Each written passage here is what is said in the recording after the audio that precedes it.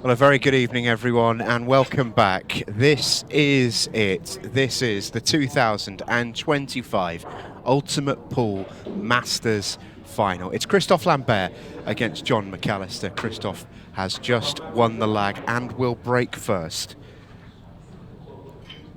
What a weekend it has been.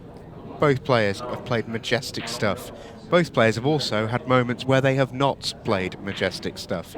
It has been a tournament full of high drama, high quality, and one of these men is about to become an Ultimate Pool champion again.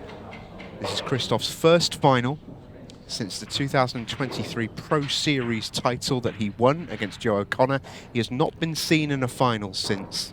It's Jon's second final in as many events. He won Pro Series 5 just a month ago, and he returns to the big stage here in the Masters. It's Stephen Jameson here with you, and it's a pleasure to have your company, and it's a pleasure to have the company of the wonderful man sitting right next to me on my left, Tony Holgate. Good evening, Steve. Good evening, Jamo. And what a final we have in store tonight. There he is, Christophe Lambert. Got rid and ousted the defending champion Chris Melling earlier this evening. Incredible match. Jon McAllister is his opponent, and likewise he beat 𝗍𝗓𝗍 on the last frame, and that was drama all the way. Yeah, it really was. It's been a tournament of drama. It's been a tournament of quality as well. Really has been a wonderful watch. And the most dramatic moment I think we've had was created by Christophe Lambert. I think you can say that again. Well, the most dramatic moment we've had this weekend was created by Christophe Lambert against Aaron Davis in the quarterfinals. And well, he was a that buzzer beat was ridiculous. He's a dead man walking, essentially. Yeah. I wonder if that moment... Name on the trophy? Yeah, it's that sort of thing, isn't it? We've seen lesser things have that kind of impact. And, you know, there's moments in tournaments where it just sort of feels like you're essentially on hiding to nothing.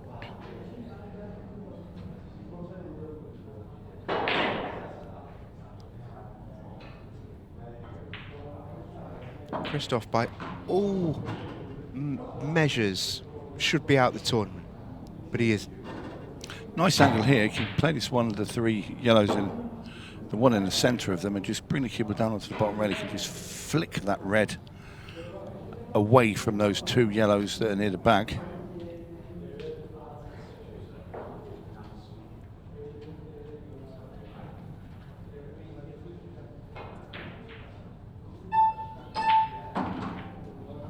And there we does it immediately, and that opens everything up for him.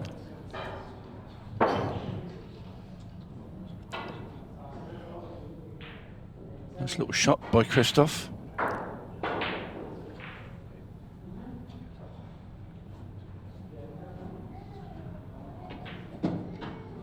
Into the red would be nice. Oh, perfect. Lovely control. Starting where he left off. Maybe semi-final by the looks of it.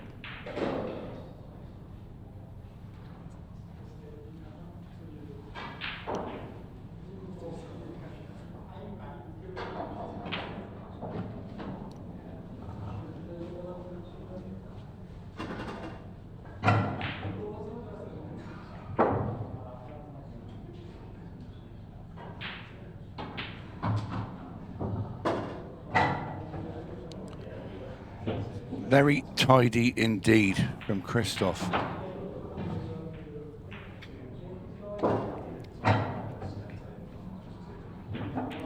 And that is a super start to the final from the Frenchman.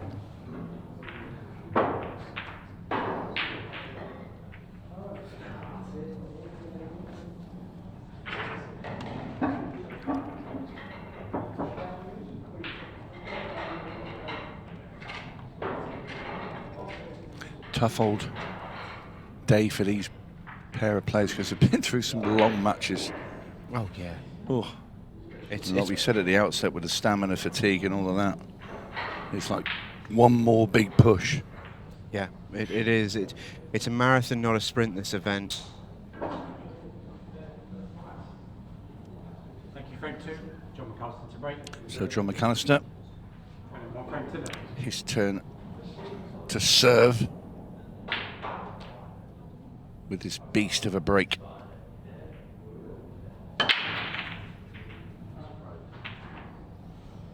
And that is going to be dry.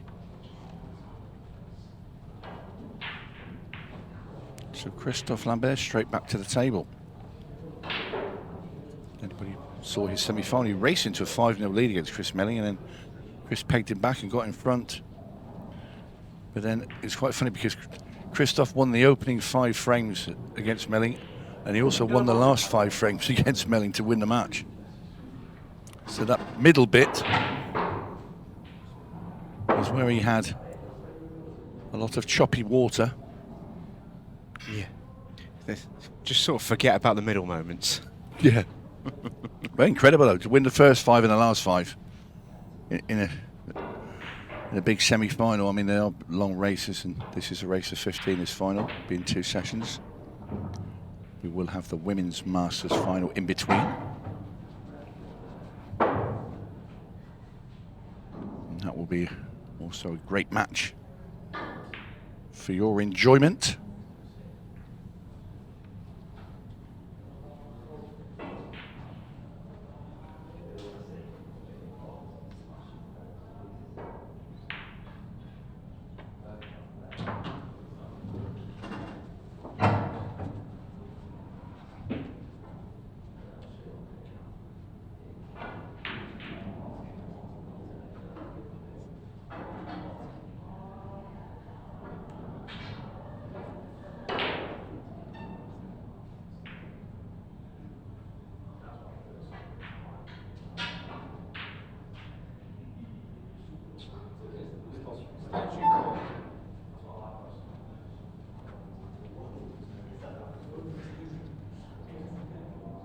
Doesn't like these 2 yellows, Christophe.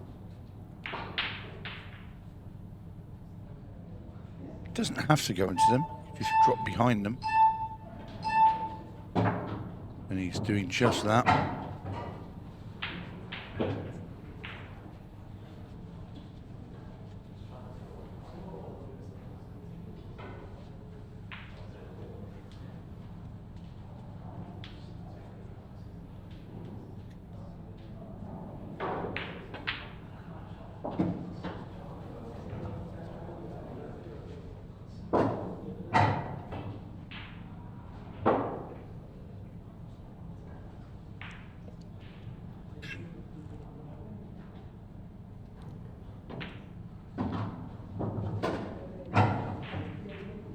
Just got enough angle here, we can play this yellow into the bottom left, come out for the 8 ball into the bottom right.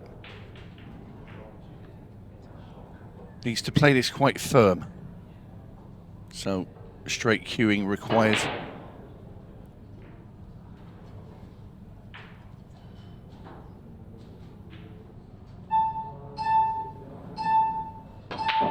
Oh, and it was always going to be a bit dodgy. That was more of a flailing arm at that one. Yeah, Christophe chunters to himself.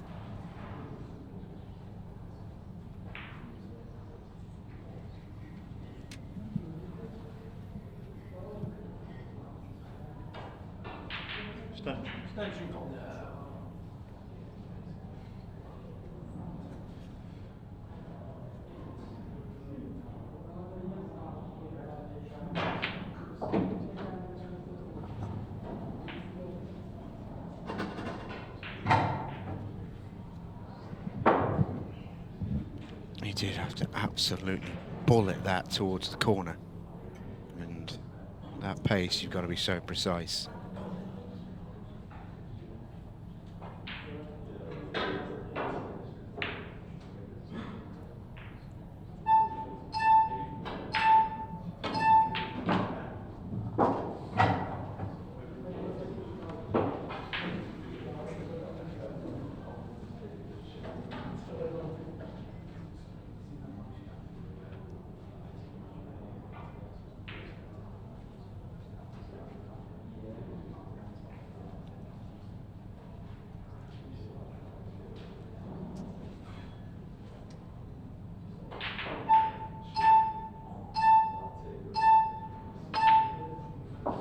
shot. Clean as a whistle.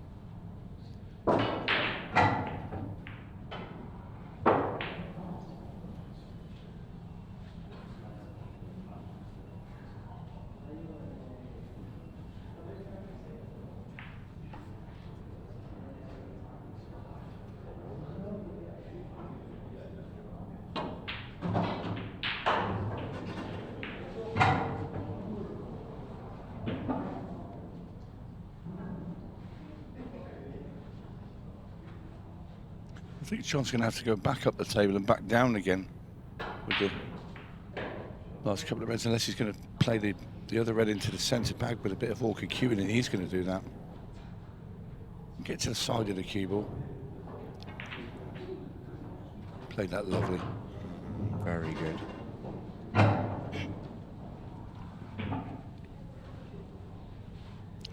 Nice angle now for Jon to guide the cue ball up the table for his last red. Perfectly played. Very Jon McAllister counter finish this. It is indeed. 2 simple pots for Jon, and we will be level. In goes the 8. McAllister replies. Would you like some symmetry, Tony? Yes, please. Thank you for saying yes. I don't know if you just said no. Considering no, but yes. The Ultimate Pool Masters final is between Jon McAllister and Christophe Lambert. The Women's Masters final will be between Danielle Randall and 𝗪𝗁𝗁𝗁𝗁, Jon's partner and Christophe's fellow French pool player. Wow. A touch of symmetry. It is indeed. Have we ever had Jon and Danielle in a final the same weekend? Or? Don't think so. I think that would be a first. Thank you, frame I 3. think Danielle's been She's in, won one. She won one was yeah, a couple of years early, ago. yeah. She's returned obviously from becoming a mum this year, and she's been in great form in truth. Yeah, she has. She's been in very, very fine form. And yeah, great to see her back playing well. And a brilliant victory over 𝗪𝗏𝗏𝗏 6-5. Well, she's about to say she must, because I saw 6-5 in the 𝗪𝗏𝗏𝗏 got to the semis. So I think 𝗪𝗏𝗏𝗏 beat 𝗪𝗏𝗏𝗏 at 6-5 in a very close quarter-final as well. Indeed, as Christophe scratches straight in the middle pocket. Time.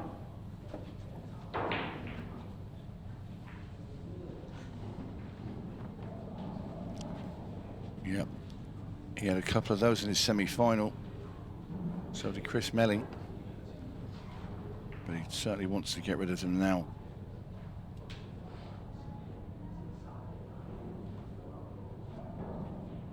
Stand Shinko.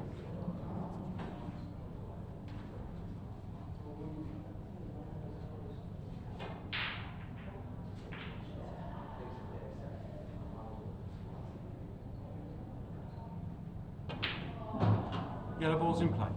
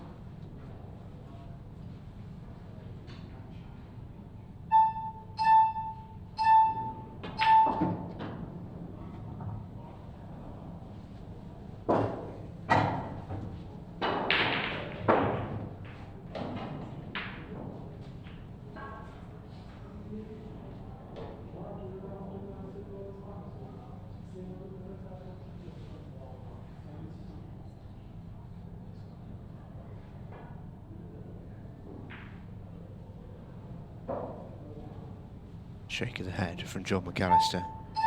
I think he's really spoke for choice.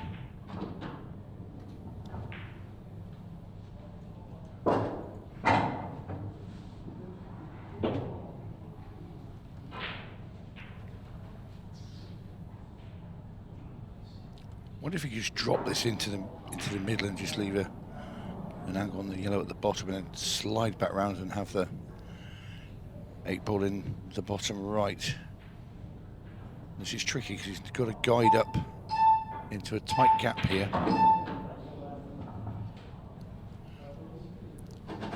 He wanted to come past that red so he could just screw straight back through the gap. There, it's where he wants to be. And that's what is presented for Jon.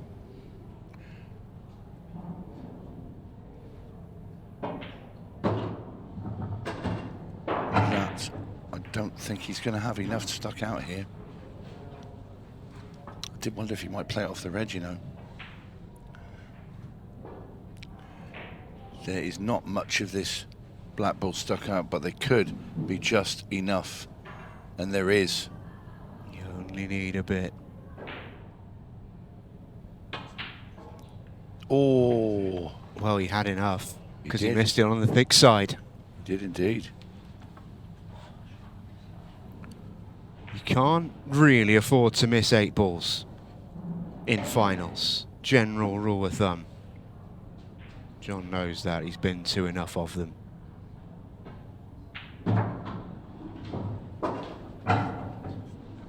Well, Christophe wanted to get a bit further up the table, get the cue ball a bit wider. He wanted to take that red at the top of the table next, and he's not going to be able to. What he might do, however, is now play safe. Another look at Jon McAllister's missed black.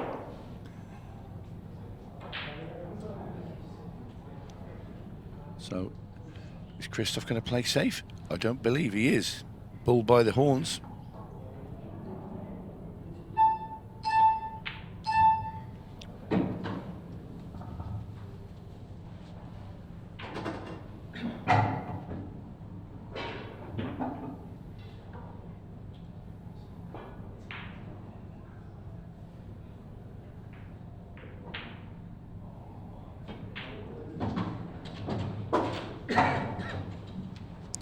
Well, he's now got an angle on this red. He'll play it into the bottom right, and now we'll go upstairs, take that red at the top next.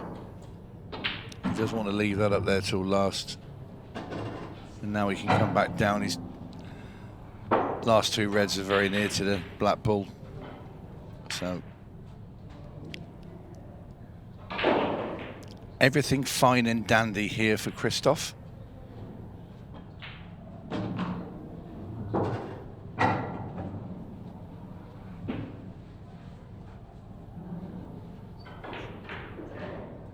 You'd like to come a little bit further there.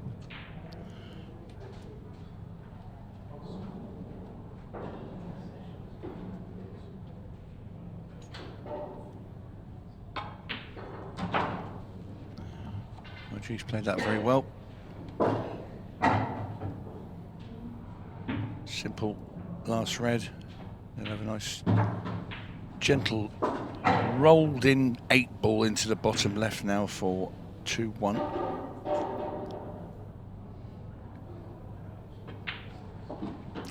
And in it goes. Yeah, smooth from Christophe Lambert.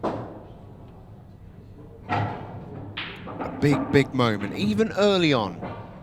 This is frame 3 of the Ultimate Pool Masters final, but even early on, this feels like a big moment. Doesn't miss many of those, Jon. He's a very, very good cueist.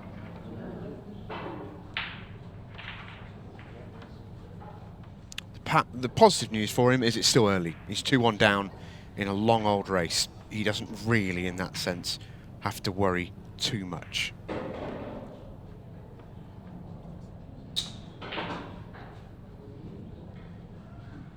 And just a reminder, mentioning the earliness in relation to the match, we once again have a jump in the race. You might have noticed at the bottom of your screen, race to 15 for the Masters title. We'll play 14 frames in this first session. I do wonder 𝗪𝗁𝗃𝗍. With how quite a few of our matches have gone today, what are the odds? 7-7 to go into session 2.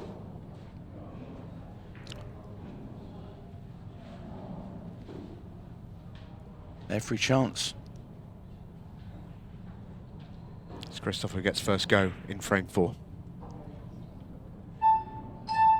Extension called.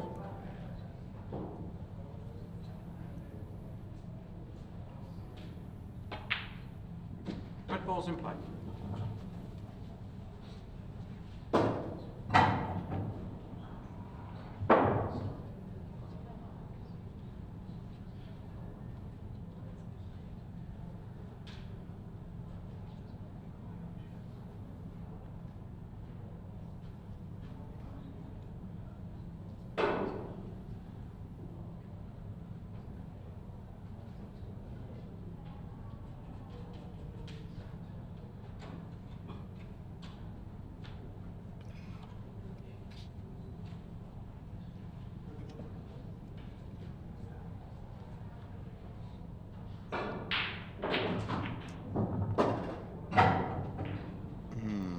I think he's okay. The cue ball being smaller than the object ball often helps in these instances.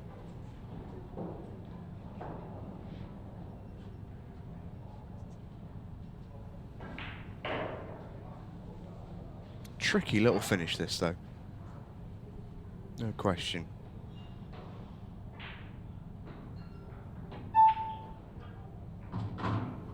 Little dip of the knees there. He played that one into the middle. He's good for that. It's a very unique way of cueing, and it obviously works for Christophe. He's such a fantastic player. But it is certainly unique. He played the little cut shot here with this red and kicked the other one off the rail. I think that's exactly what he's played for. Just like that. Could not have come out much better. No, he's very happy with that. As he should be. I say it couldn't have come out any better. If he was on the one to bottom right now, I think he'd take it. But, you know, life can't be perfect. He still should get out from here. And that's all that really matters.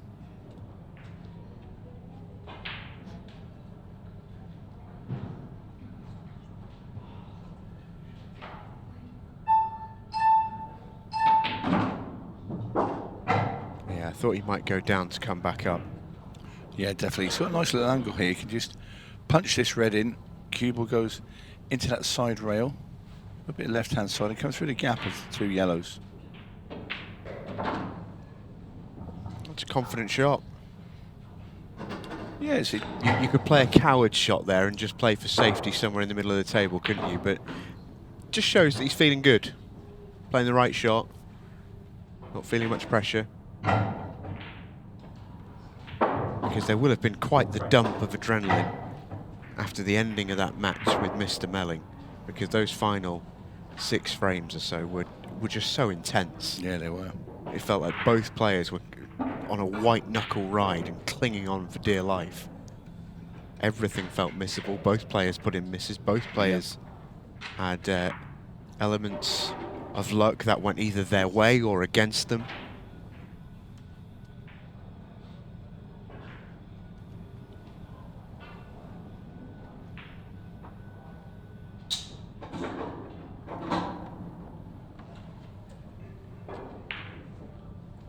Frame 5.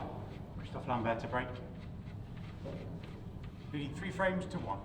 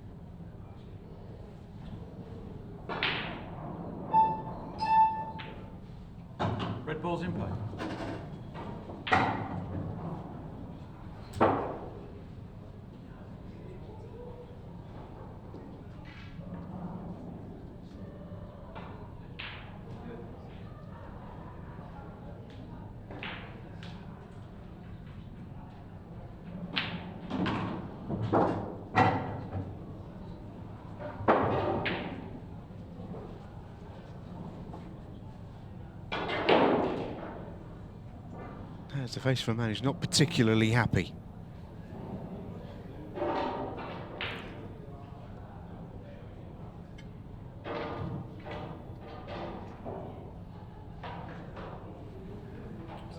Extension call.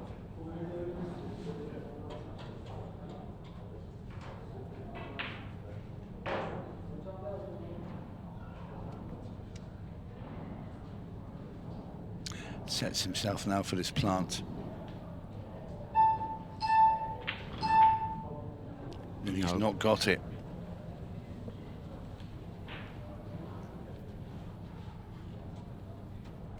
By the way, he sort of walked back to his chair, looking back over his shoulder, giving that red a filthy look. How dare you not go in?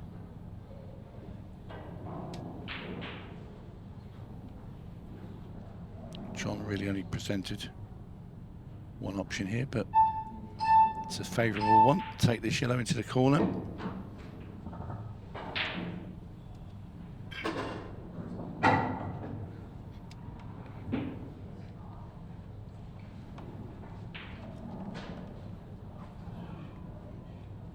The yellows won't be a problem, it's just, does he try and move the black? Probably not. I think he'd just get right behind it and play it into the centre, because the yellows are very close to that black, so he's going to be able to get quite precise position for it. Well,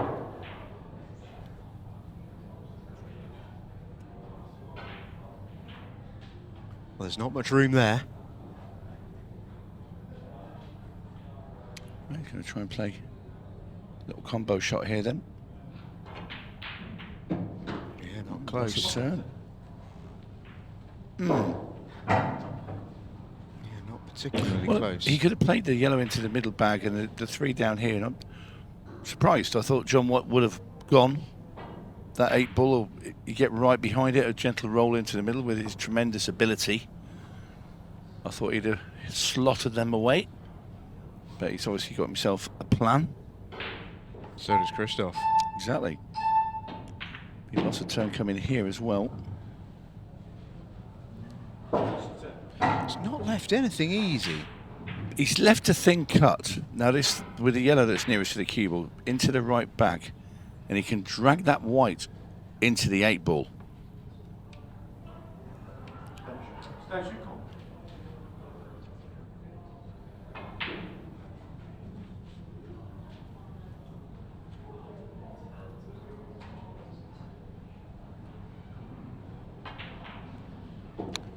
And that's it. As long as the red hasn't come off the rail too far, he's opened up the black.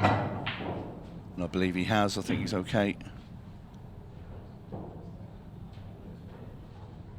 Actually look to see if we get past the black as well to hit his yellow. There you see half a pocket. He could just slide that off the knuckle. You can see this yellow. Oh, it's tight, isn't it? It's all fractions. That's okay. Cuts the yellow top right. Comes off the 2 rails. Just plays it. He plays this with a tad of left-hand side. Just a tad. A tad. Just spin it enough over to the second rail so he can get straight behind that 8 ball. There you see. Around the 2 cushions. You want to be cutting it way where it's like a blind shot, because obviously he has to guide this quite slowly into that jaw, and that's a great angle there. Oh, ho, ho, ho. Slid off the jaw. Little shakes of the head from Jon McAllister. Needed that one though.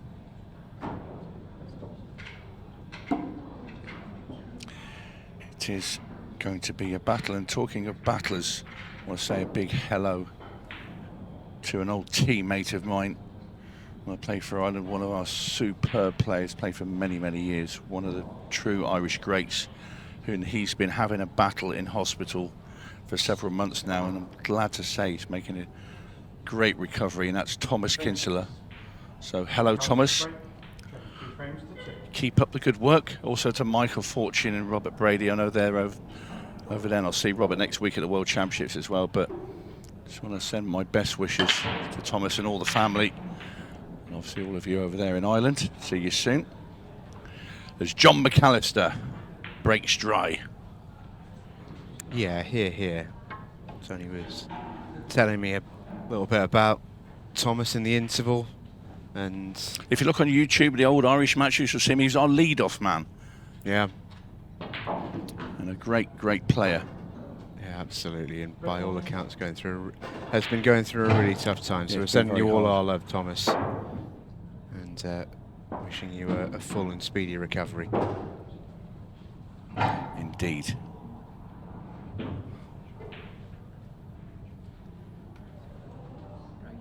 He's left himself a tricky little cut on the top rail if he chooses to take that now, Christophe.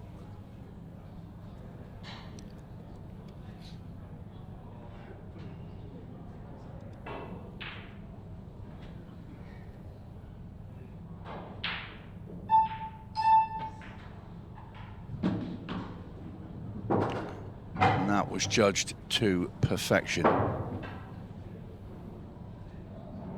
Even with the perfect little angle he's got there now, Christophe, as well.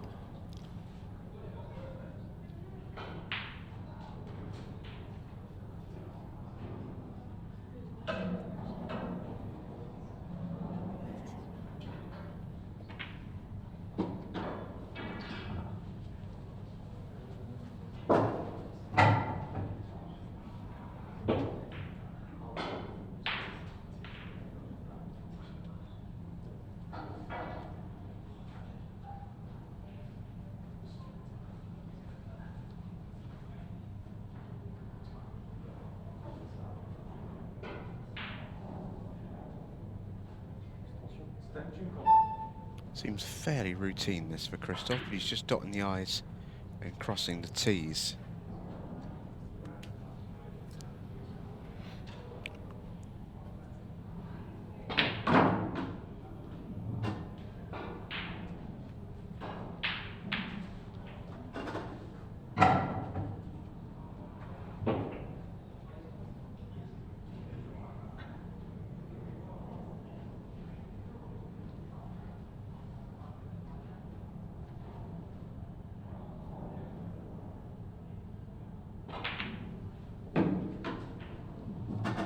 Lovely outlet from Christophe so far.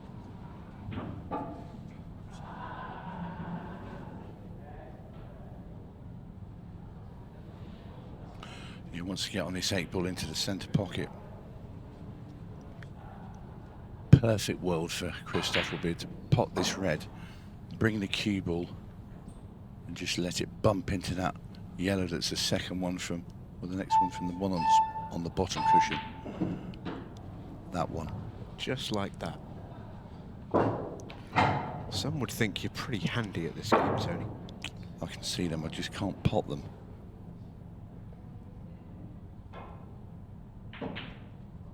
Very, very nice indeed from the Frenchman. Yeah, excellent stuff from Christophe, really was.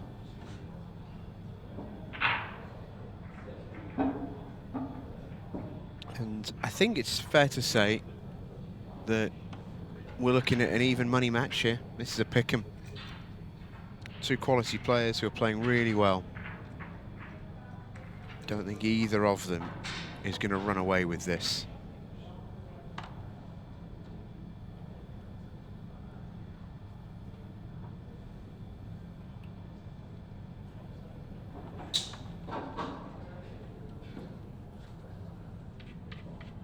Frame 7, Christophe Lambert to break.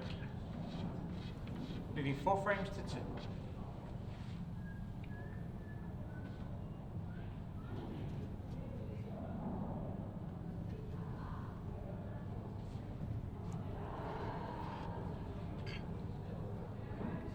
Frame number 7. Christophe Lambert to break. She doubles down.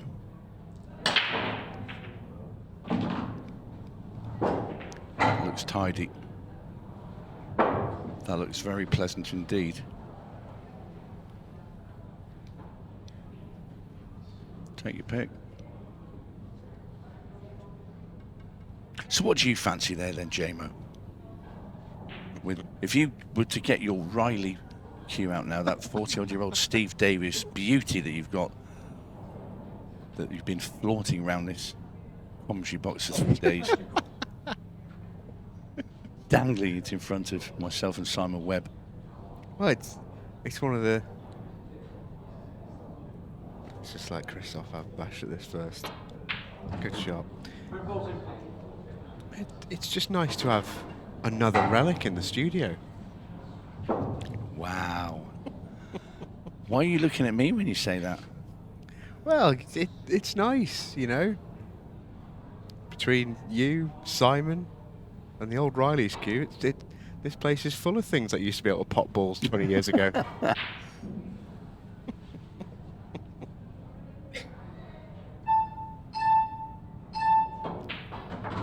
Pots it clean. Thought he might try and move that yellow. He may have tried to move that yellow. Well, he did. He tried to sort of hold it, but he played it quite fiercely. But he's okay.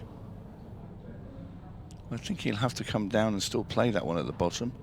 Yeah. I mean, he could play this red that he's looking at now into the top corner and come off the side rail if he doesn't fancy that thinnish cut. But I still think he'll play the thin one anyway. These guys don't mind these sort of shots. Hello.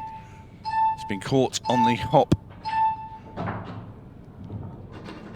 And the way he ran around and played that ball is because he certainly didn't fancy having to play that cut down the table without giving it too much attention, because he just took the easy ball.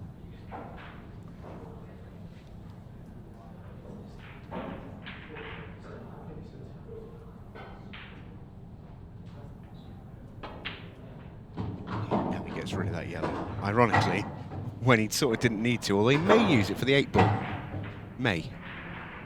Depends how he goes. Well, to be fair, if he lands fairly short on this red at the bottom of the table, that might well be an option for the pocket for the 8 ball, because if he leaves a cue ball in the middle of the table, that cut that will play with that red, he probably could land on the top rail. So it might actually be relevant.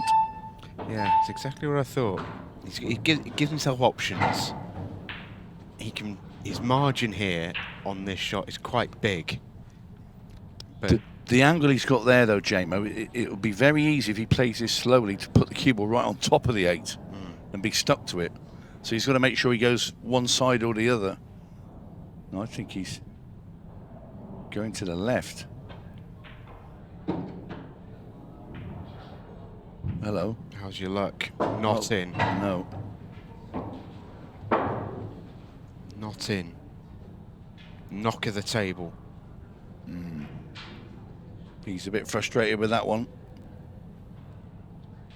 because he knows it's a really good chance to get 3 in front of Jon McAllister. It'd be so big. So he's going to try and hit this 8 ball into one of the middles. He's going to give it a bit of pace, I would have thought. Treble. Cue ball. Oh my word. Sorry, John. Incredible. Ouch. Not the first mad 8 ball Christophe Lambert has made today. This isn't even number 1. Extraordinary. He has had some form today. Goodness gracious me. In case you needed any reminder, just in case, we saw him rise from the dead against Aaron Davies in the quarter-final, and that is another extraordinary moment where Christophe Lambert shows his powers of recovery. Frame 7. Jon McAllister to break.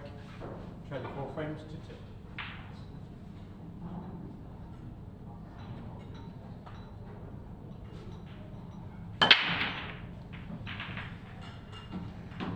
Great break from Jon. Oh, is he going to have a shot? Do you like these? Can he get to the yellow over the middle? He might be able to just get over there. If he can't get there clean, I'm sure he doesn't have to bend it too much. I think he might be able to just roll it in.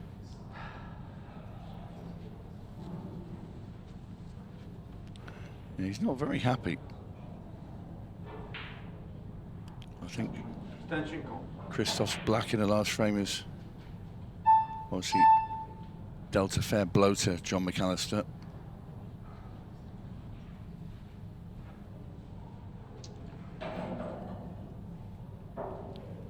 And at the moment, Lady Luck has been smiling on Christophe, combined with some very, very good pull on top. Well, he couldn't get to that yellow, Jon, so he's opted to pass the table back to Christophe.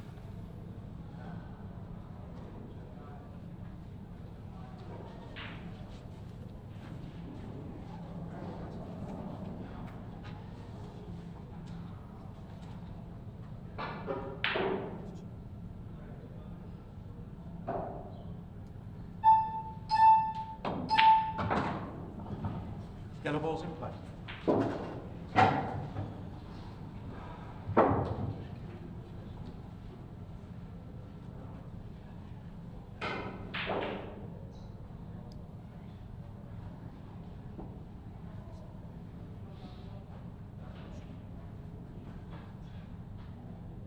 Definitely plants.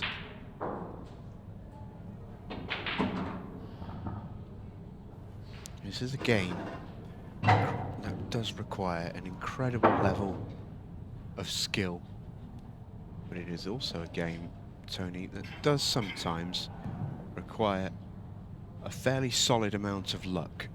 And right now, in the last few hours, it feels like Christophe has had someone smiling down on him. He's just had some little flicks here and there, some big moments here and there, that almost just say to me that his name might be on this trophy. Kicks and flicks, like a jive professional.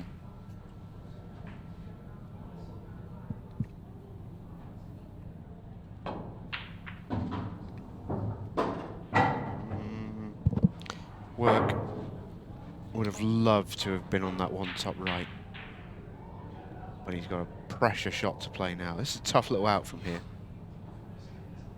From where he was, this is a tough out. Long one, bottom right. Does he? Do you know what? I'll be tempted to play that cut with the yellow that sits more central into that bottom right-hand corner, bring the cue ball round. Dangerous, though.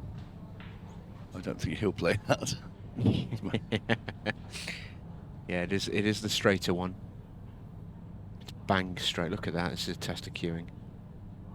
Oh. Super shot, super shot. Considering he was bridging over, that was huge. See, this now has to be a bit of heave-ho here when Christophe pots this yellow up into the top right, brings the cue ball off the rail and out for the yellow bottom right. Yeah, it doesn't have to do... He's got a bit of angle, so he doesn't have to go crazy here. Doesn't have to do too much.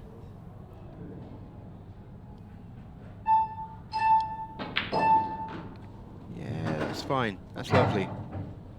Perfect, actually. It's exactly where I needed to be. Take your pick. Black ball for either the same pocket as this last yellow, or it will be readily available in the middle to the right, whichever way he wants to go. Decided to screw it in and play it in the same bag. Down goes the 8, and it's now 6-2 Christophe Lambert. This is big. Yeah, it's another big start from Christophe. He did the same in the semi-final against Chris Melling. Started like a train. And in case you needed a reminder of how he got to the semi-final, well, goodness me, have a watch of this. 45 seconds remained when he came to the table after Aaron Davies sort of ran aground and played a safety, played a horrible safety, knocked the yellows into those reds. And this right here is one of the best finishes I've ever seen. It's absolutely remarkable when you consider everything that was happening and then the finish itself. It's absolutely astonishing. The finish is incredible. When you factor in that it was a buzzer beater to stay alive in a quarter-final of a major tournament, it just adds so many tariff points. I mean, that 8 ball is a farce. Unbelievable. Could never get tired of watching that, I don't think. And he went and won the 6 red shootout by a couple of tenths of a second for good measure. Sometimes it just feels like it's your time.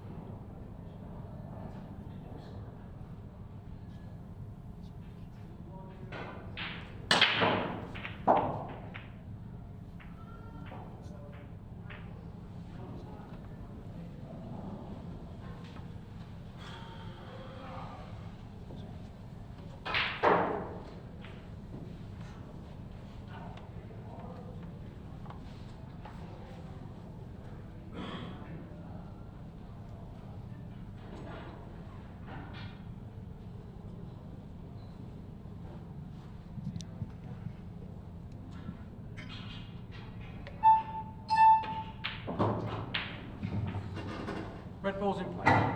6-2 the lead. It's been a slow start from Jon McAllister.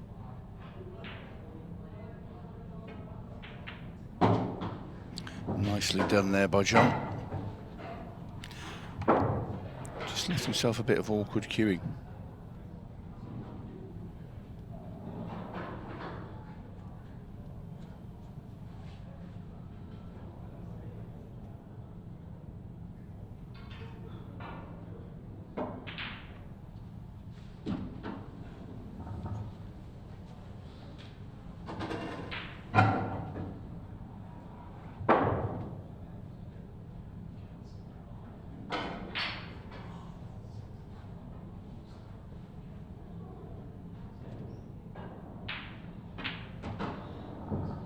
That's going too far. Yeah, it is. Loose. Just hasn't quite got going yet, Jon, in this final.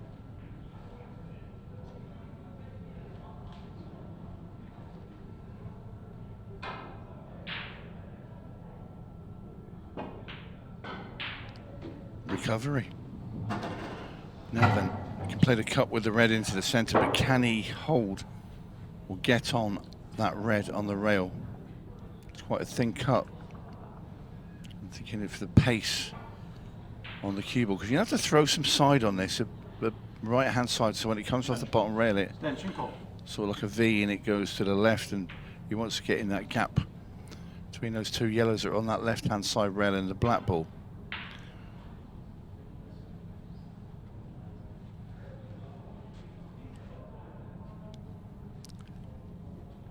The only other way is to play it long and try and leave the cue ball in the gap between the black ball and the two yellows that are in open play, and he's playing it long. I think this is a really hard shot. And he sort of bemoans leaving himself bridging over this yellow as well, so this makes it trebly hard. And I'll tell you what, I don't know, has he actually gone enough? Can he get into the red? It's almost like he has to hit the cushion first. Yeah, he is on it, but this is so tough.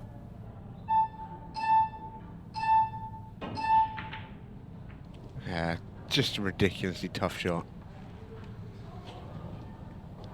And Jon McAllister could be 5 frames down. And there's a bit of a trudge back to his seat there.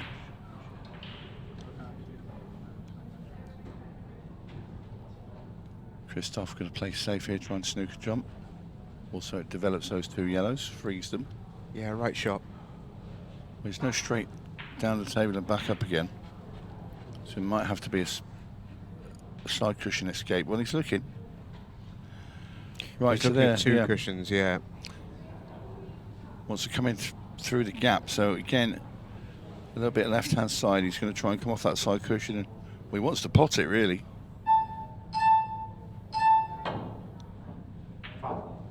Yeah, unlucky. Where's the black going? Well, I think this will inform how Christophe plays his first shot with cue ball in hand. I think the cue ball will go quite close to that 8 ball, I would wager.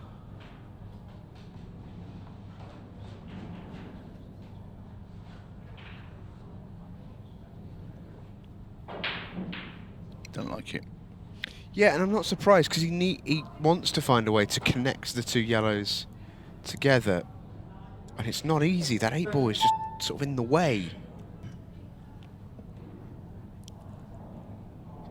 I think he's talking himself into it. I think he has to. Because I think the other shot is to try and snooker Jon, but what does that get you? Cue ball in hand. It's the same problem. And he's played a lovely shot. And he's in good shape. What was all the fuss about?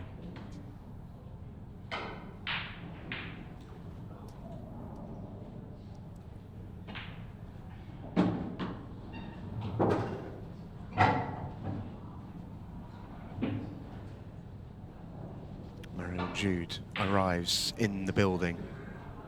And she's here to make sure she's ready and able to take to the table as soon as possible when this match reaches its interval, because that's when the women's final will begin, but also to sit in the corner of Christophe Lambert and offer her support as a fellow French pool player. I know Anaïs Deon is also sat in the corner of Christophe.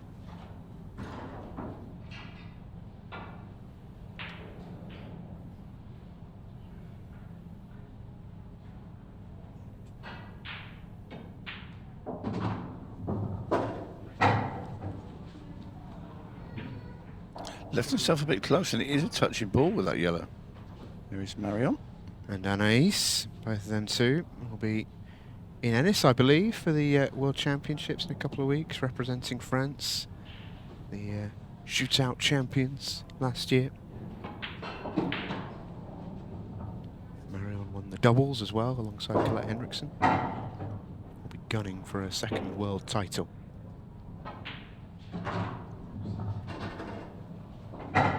Christophe seems to have just picked up the pace. This is absolutely massive to get 5 in front of Jon McAllister.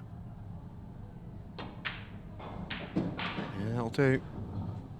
There is a spring in the Frenchman's step. He's now got people from France as well, his fellow country people.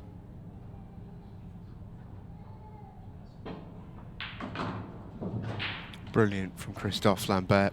It's almost on cue as Marion and Anaïs came in, these sort of like, here they are, there's my supporters. I think Anaïs has been there for most of the match, actually. I think she was there for the semi as well.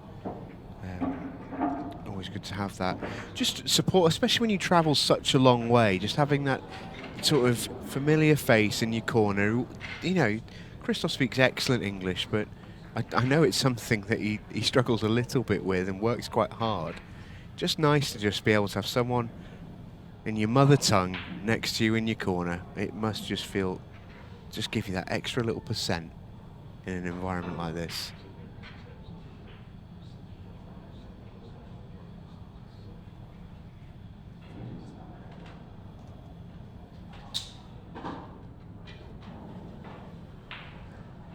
Whiskey Fred 10, Jon McAllister to break.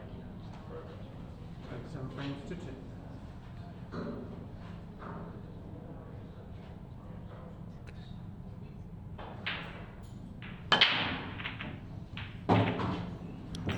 An enormous break there from McAllister. It's a monster, that. And he's not on again, anything. Look at his leave. Oh, yeah, I feel you, Jon. That's brutal. That's the most emotion I've ever seen Jon display out there in the arena. Christophe remains completely impassive. Chris Mellin was saying when he played in a lot of the breaks, he either was going in off, going dry, or if he did get a ball, he was left with nothing in his opening shot. That's really, you got to say, I mean, Jon's face is an absolute picture. It's really, really tough, that. Bending round. Only slightly. It was missable, though. Oh, he'll feel sick. He'll feel absolutely sick. Yeah. Just feel for him, really. That's brutal. And again, and I don't want to over-egg this point because Christophe has been spectacular, but it's just another little bit of form that he's got. Yeah. You do need it to win tournaments. Name on the trophy.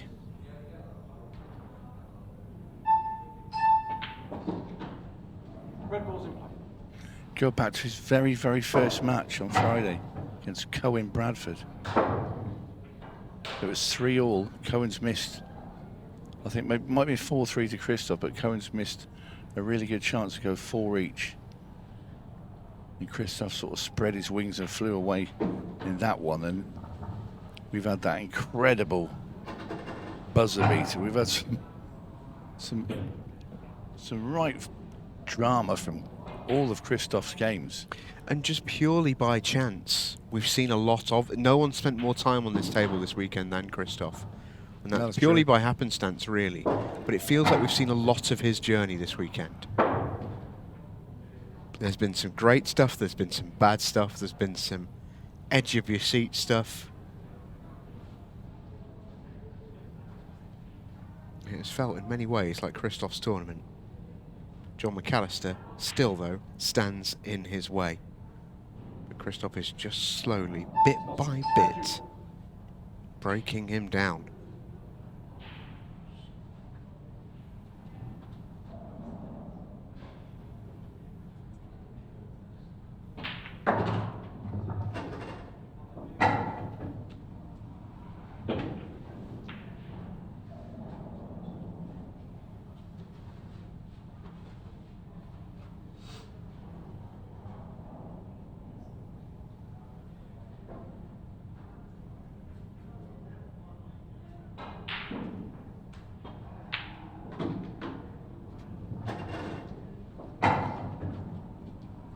Perfect position again.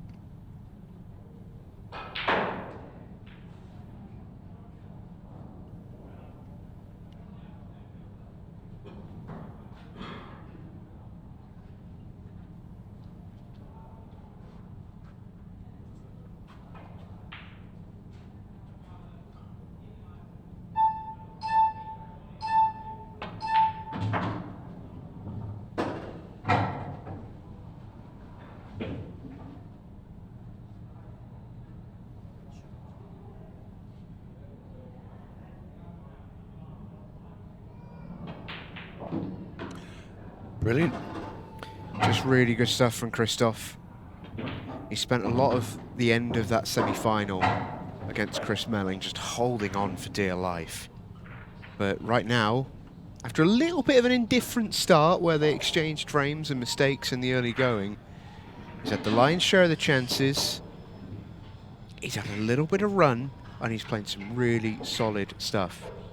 I just wonder, when we look back in a couple of hours towards the end of this match and we think of decisive moments, how big that treble on the 8-ball will prove to be. Back in frame 7. Incredible. Right on cue.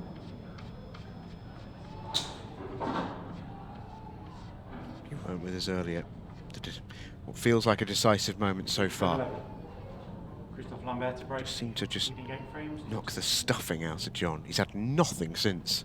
Absolutely Nope. nothing.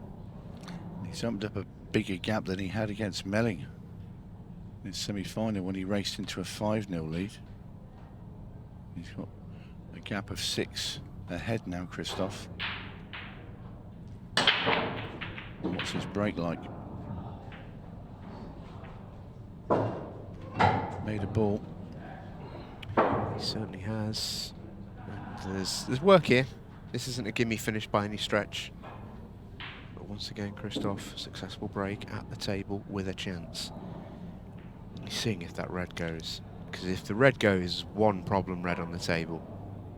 It's the one furthest north. And if... I'm pretty sure the one just below it as we look from the main camera, I'm pretty sure that goes. Red ball away. So all of his attention will be focused on the top of the table, especially if the furthest south red passes. He's looked at it 2 or 3 times. He must be pretty confident.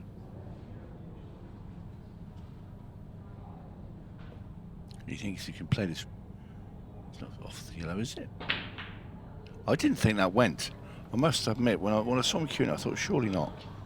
It was too far away from the pocket, that one. Well, to play, I mean, that shows you how confident he's feeling, obviously. To just play that as part of your pattern. Too far away from the pocket, or not enough not far enough away from the cushion either.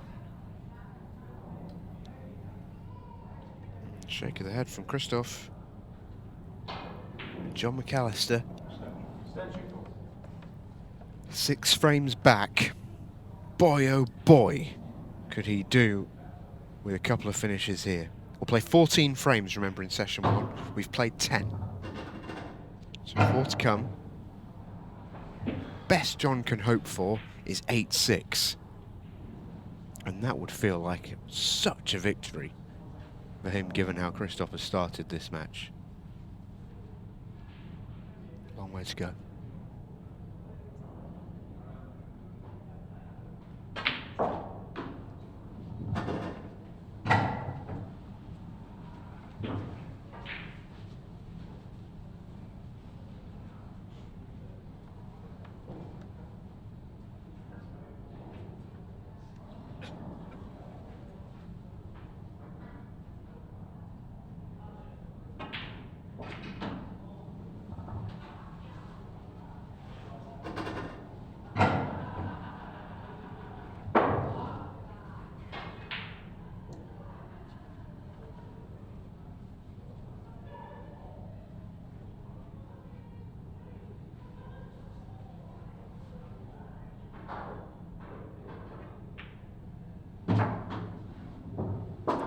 All about landing on that yellow by the 8.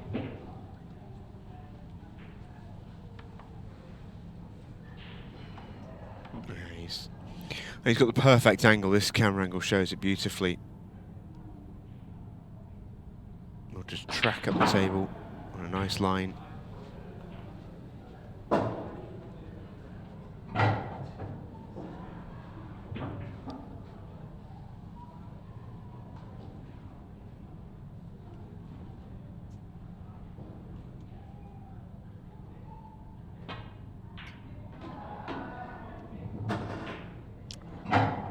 Much needed for Jon McAllister. Oh, it should be a real tonic for him. And goes the 8-8-3. Boy, did he need that.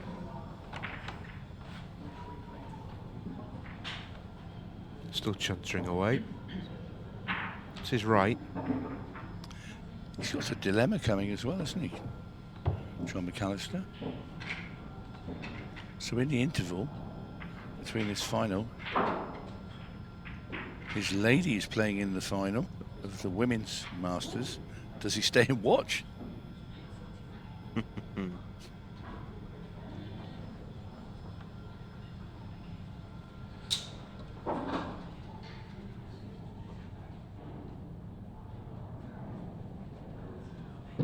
you, frame 12.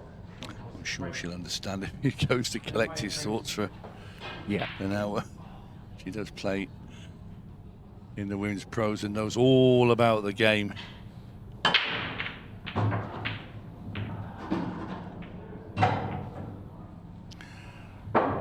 was an absolute thunderous break from McAllister. Yellows look very, very pleasant, as do the reds. Yeah, and amazing how it can just turn like that. I like the yellows for me. I think the pattern there is a lot easier. There's a lot less movement between balls. And I just don't particularly like that red at the top of the table. So, Jon agrees.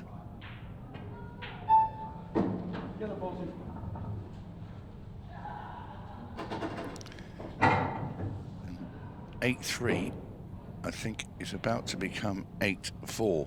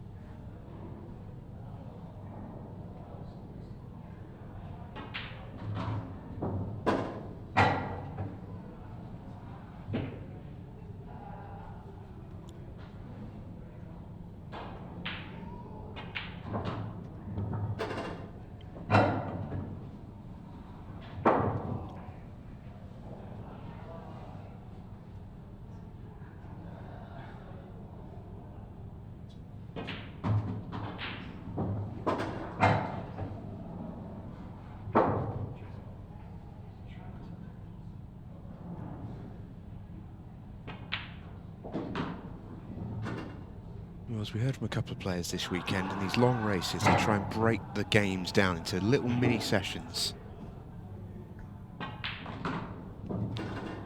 Jon McAllister will be doing that heading into the interval here. He'd have been itching to win this little mini session 4-0. He's 2-0 up with 2 to play going into the interval. 8-2 becomes 8-4. I think you got 8-6. He's had a tremendous finish. It's essentially an even game there, isn't it? It's a break. They happen pretty regularly, 2-frame swings. For Christophe, I think he's just thinking, let me get to 9. I'm delighted with 9.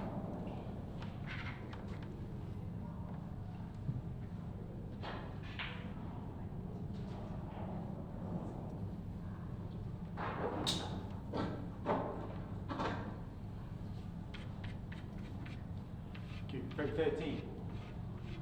Christophe Lambert to break, leading by 8 frames to 4. Christophe will never, ever change his break-off routine.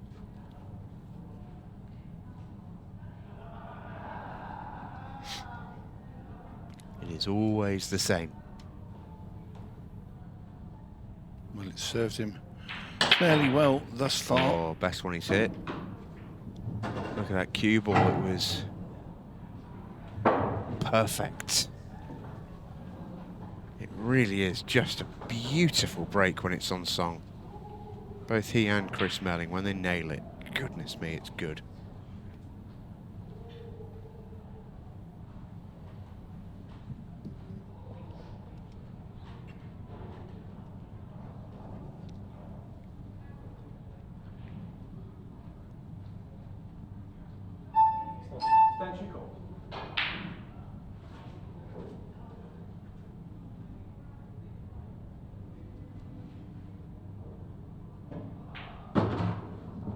Yellow's the order of the day here in frame 13.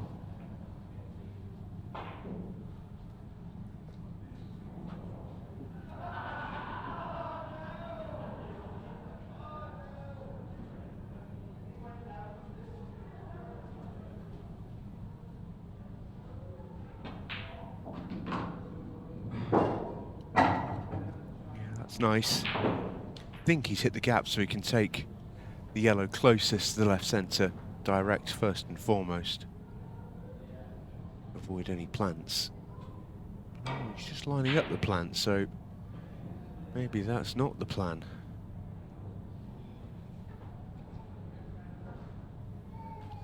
He's playing the plant from here.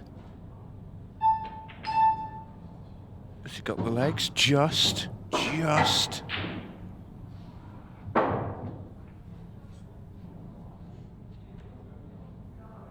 See 3 members of the French women's national team supporting Christophe. He's Marion and Colette Henriksen.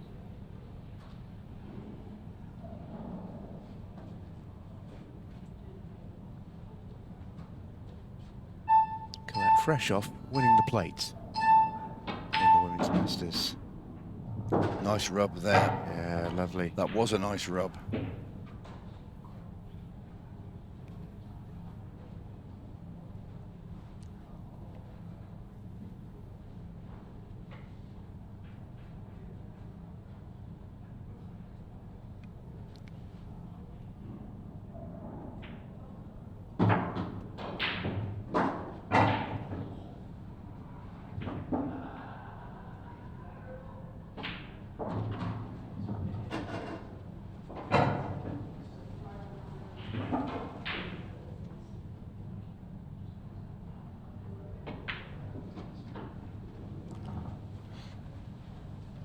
This 8 ball for 9-4.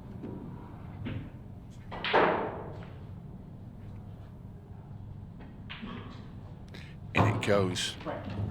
Lambert strides back to his chair with another one on the board. He's going to have a healthy lead coming tonight. I don't know why he's shaking his head.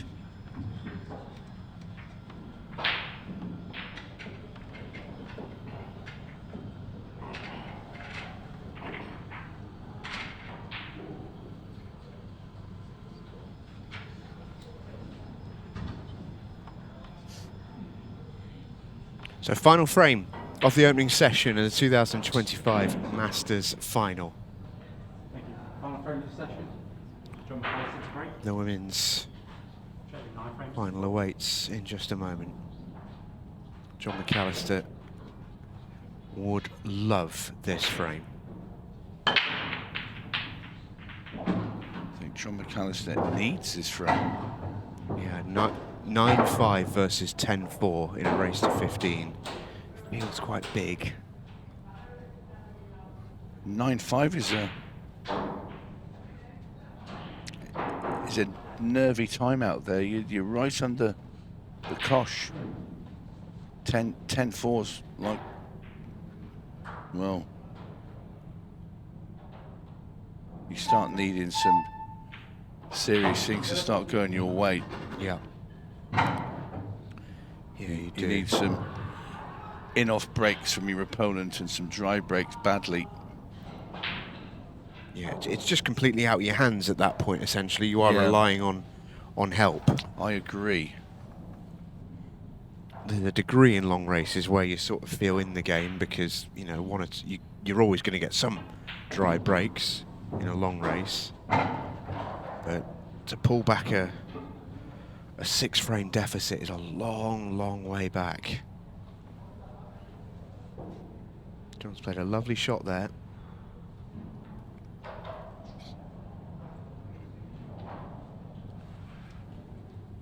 Does he take this yellow by the 8 ball now?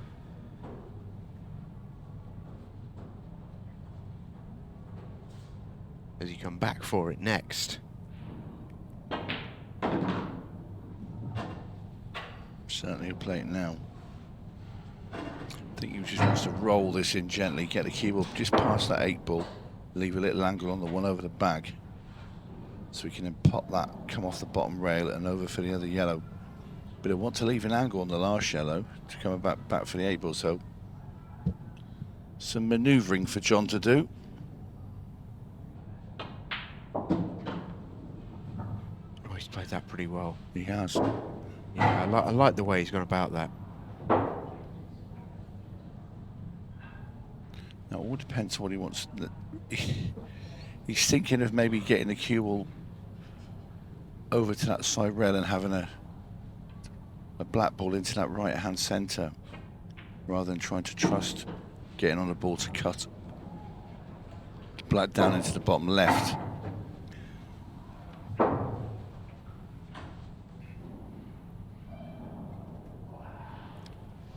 So he's got 3 choices, both middles in the bottom left.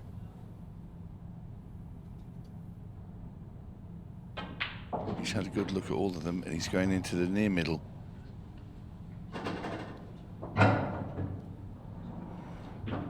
Probably the right way, because you're guaranteeing yourself a decent shot at it. So here it is. McAllister really, really needs this black.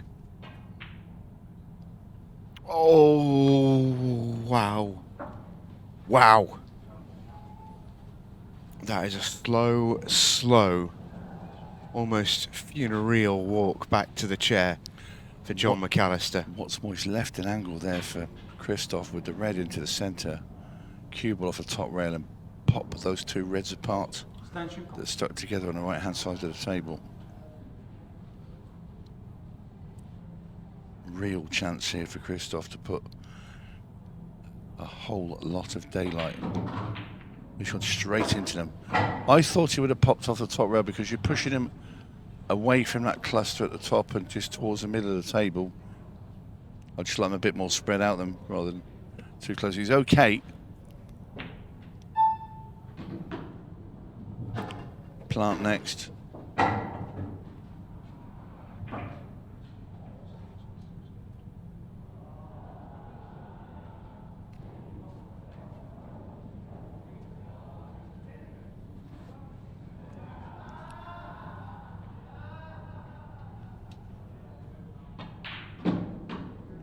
Coming downstairs. Doesn't want to be straight. No, I like that shot. That's a good shot. Yeah, he's played it well. Christophe is completely locked in. Goodness me, he's played some stuff this weekend.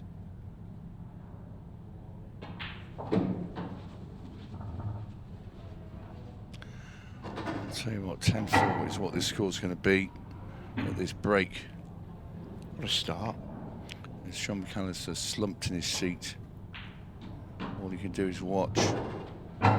He's had his moments, John. He has also been unlucky, but he has had his moments he hasn't taken. It's not over, but Christophe Lambert has a huge head start.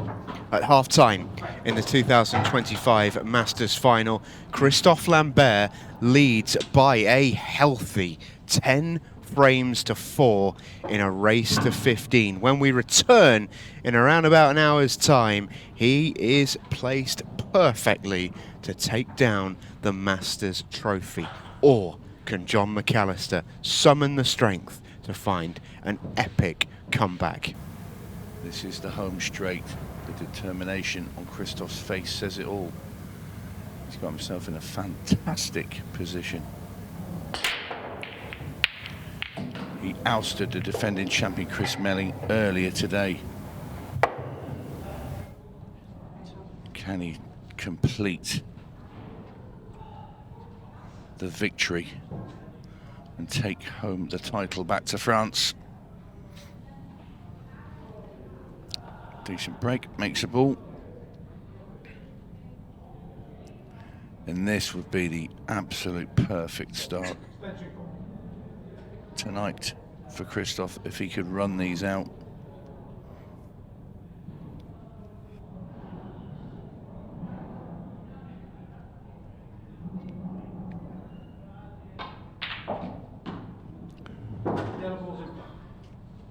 Next to plant, so he's on the yellows. They are all open. 8 ball goes bottom left, also goes right middle, so no problems down there. Want to take the yellow now into the right hand centre, bring the cue ball up, yellow at the top.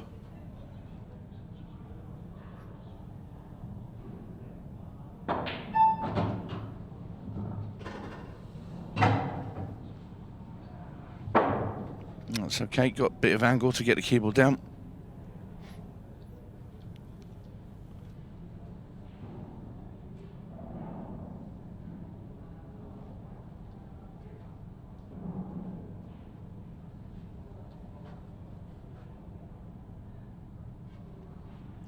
And if Christophe does go on and lift this title, it will be a French double. We've just witnessed 𝗪𝗁𝗠 lifting the women's masters, just edging out Danielle Randall. 5-4 with a very fast break and finish on the last rack. Just to finish off the job. She was trailing 4-2 as well. Many congratulations to her.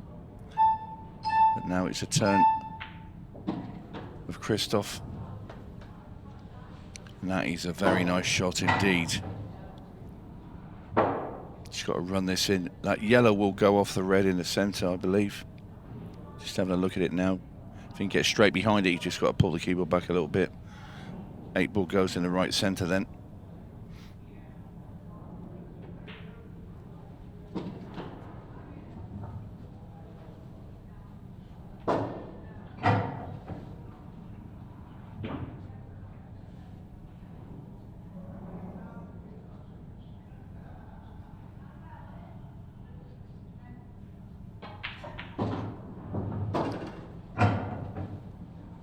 This is a great opening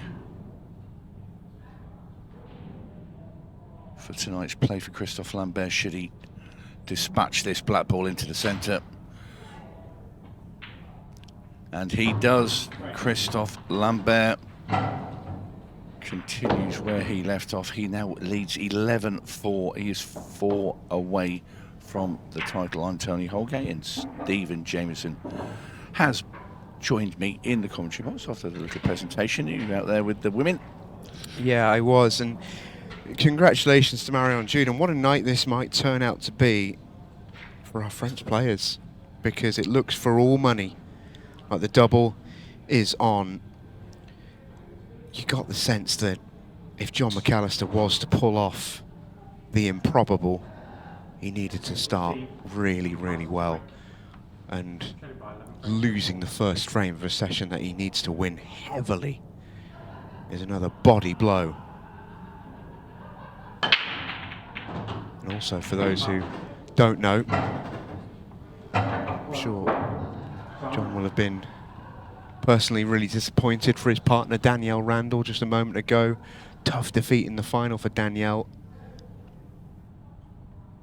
You know, we often see these players on our TVs and sort of think of them as just sort of things we look at rather than actual human beings and people with emotions. And I'm sure that would have been tough for Jon to watch, just as it was tough to take for himself in the first session. So it really does feel like a huge uphill task here for a great champion. And if he is to pull it off, it really would be one of the great comebacks we've ever seen from this stage. And just look at these reds here for Christophe.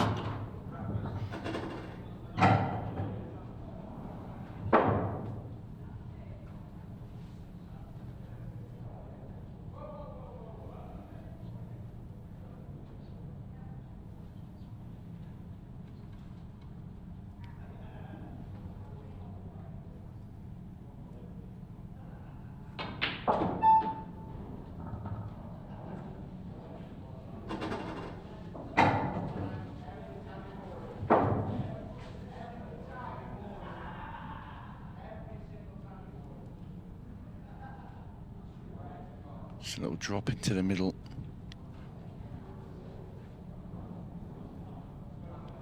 Oh, he's going for the more awkward red. Still should be okay. I think if he'd have been a bit straighter on the one that he was closest to, he'd have probably taken that. It's just because the keyboard was running away from it a bit.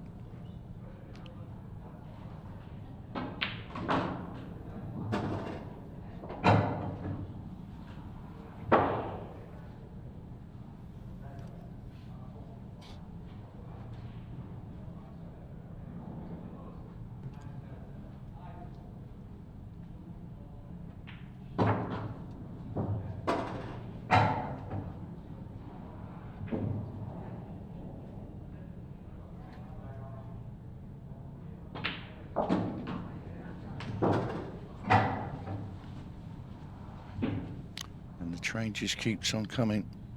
Relentless. Frame. Down goes the 8. Relentless. Another one for Christophe. 12-4, 3 away now.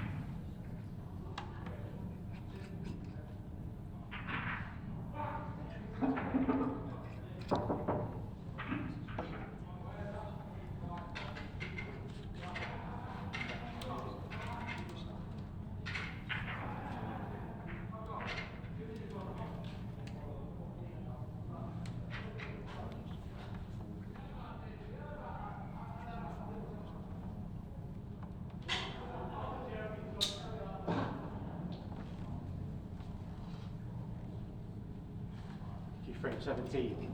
Christophe Lambert to break. Christophe Lambert started this session well in front and in complete control at 10-4.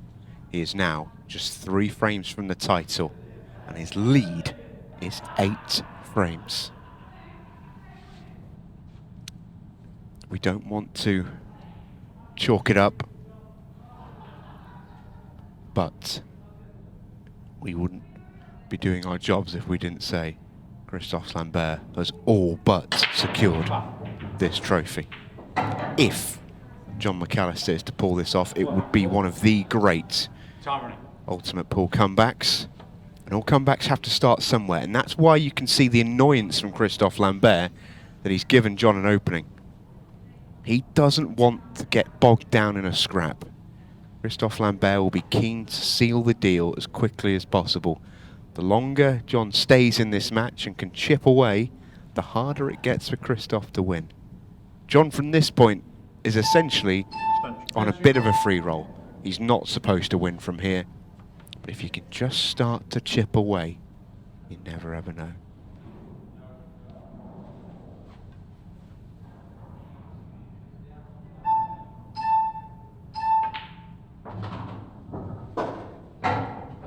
Yellow ball's in play.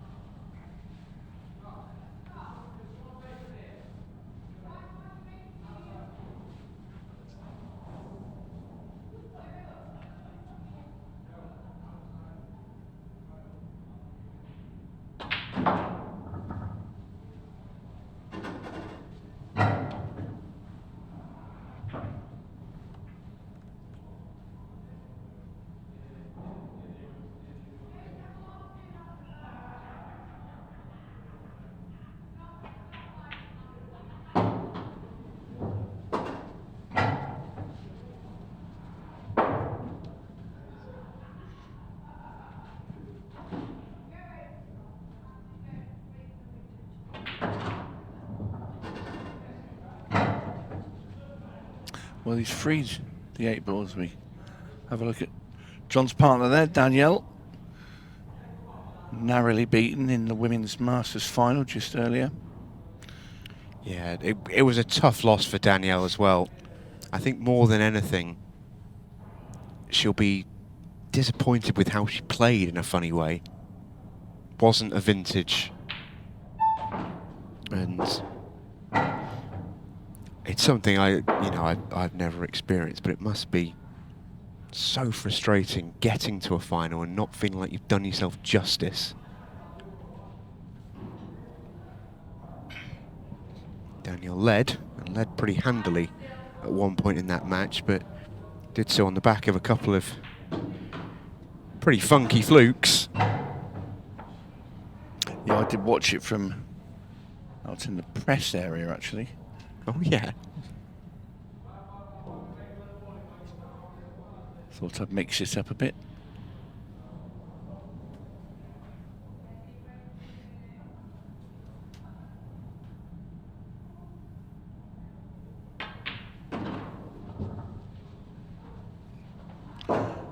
So Jon McAllister with a long 8 ball into the top right-hand corner.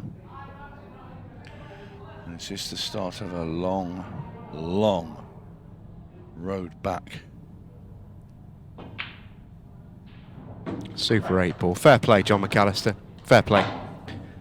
That is, I love the dismissive flick of the red back towards the referee.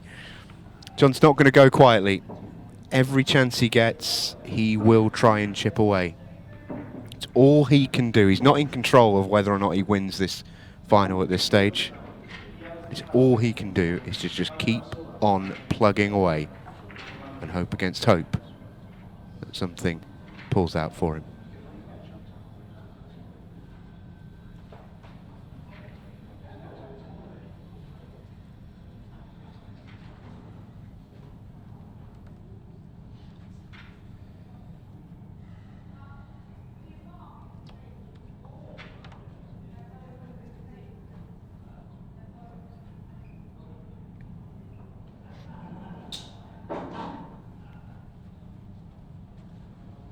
Frame 18.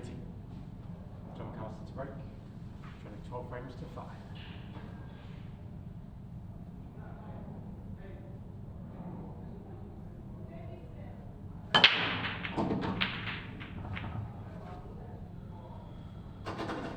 5. Another sledgehammer break from McAllister.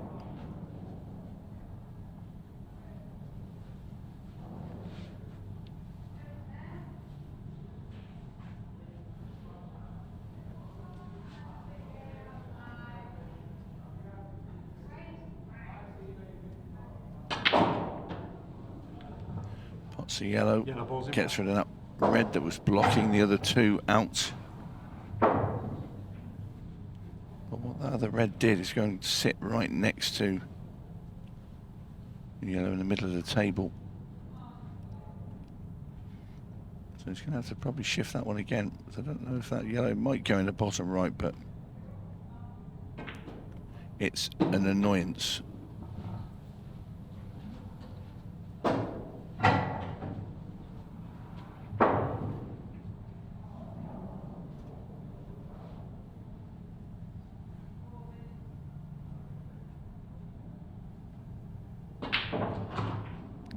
There you see, Jon does move that yellow. And now these balls are at Jon McAllister's mercy.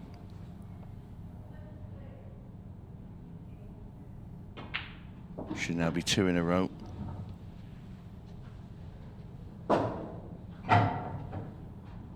𝗨𝗃.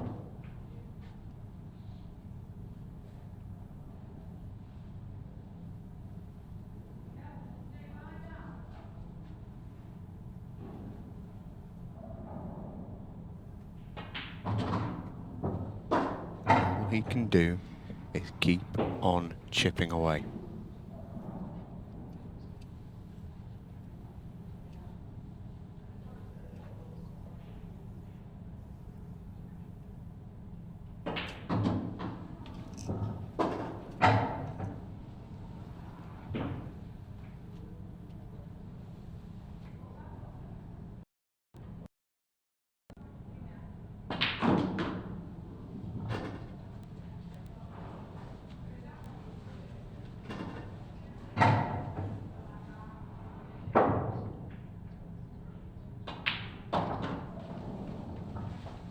In goes the 8. Jon rolls 2 in a row.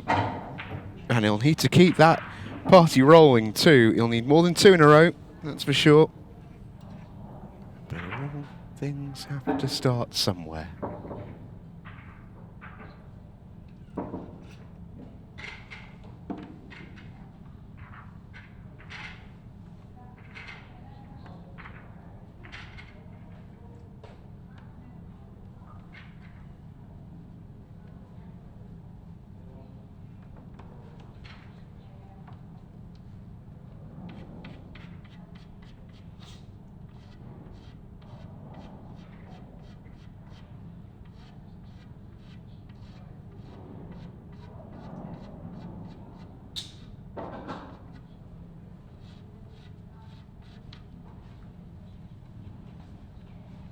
Thank you, frame 90. Christophe Lambert to break, leading 12 frames to 6.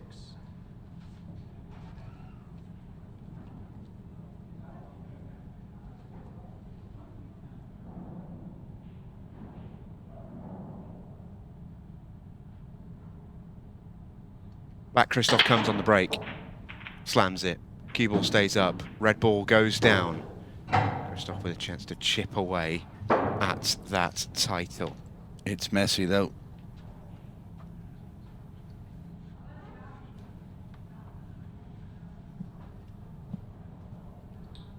Starting ball's not easy either. I think he'll bother. You could pot the red in the middle, but for what? What purpose?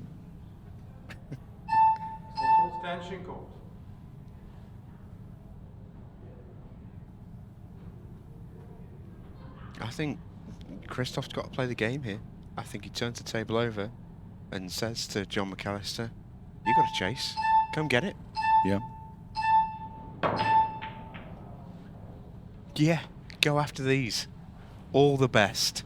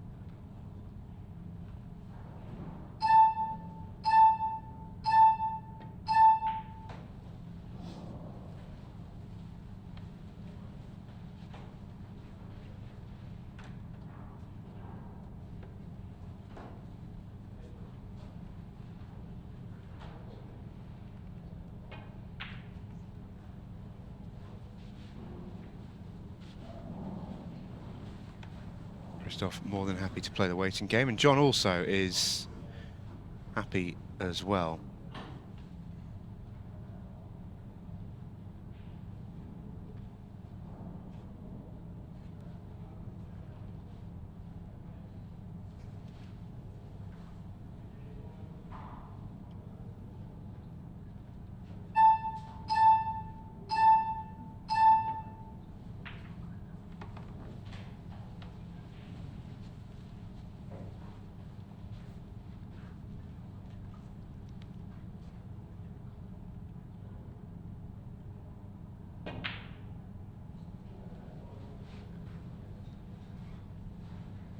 Oh, what a bizarre frame.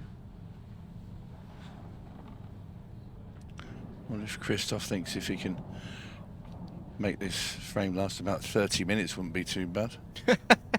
Guarantee the win.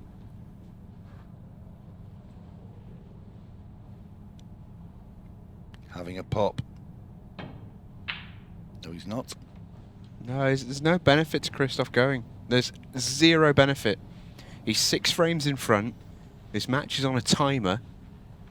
There is no benefit to him pushing the boat out here, unless he feels like he's getting a finish 9 times out of 10. Until that point, he's going to keep on letting Jon go first. At some point, Jon will have to. That's just the advantage that Christophe has in being 12-6 up. Is Jon going? Well, we've got colours assigned, so that's a place to start.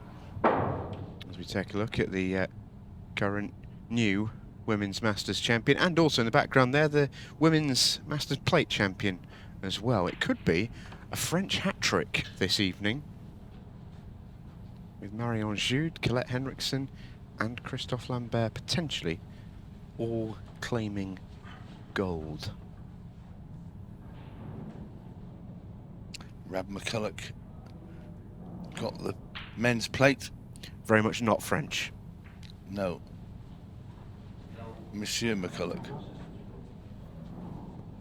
from Northern Ireland. Well, we're going to have a check.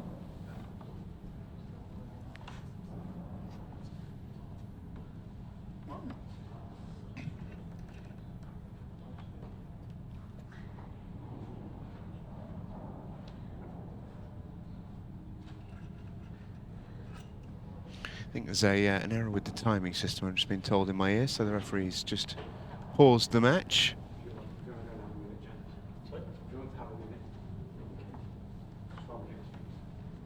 I think both players are going to use the opportunity to take a break as well. Tell you what, whilst we do this, let's take a quick break ourselves. When we come back, this match will resume in the Masters.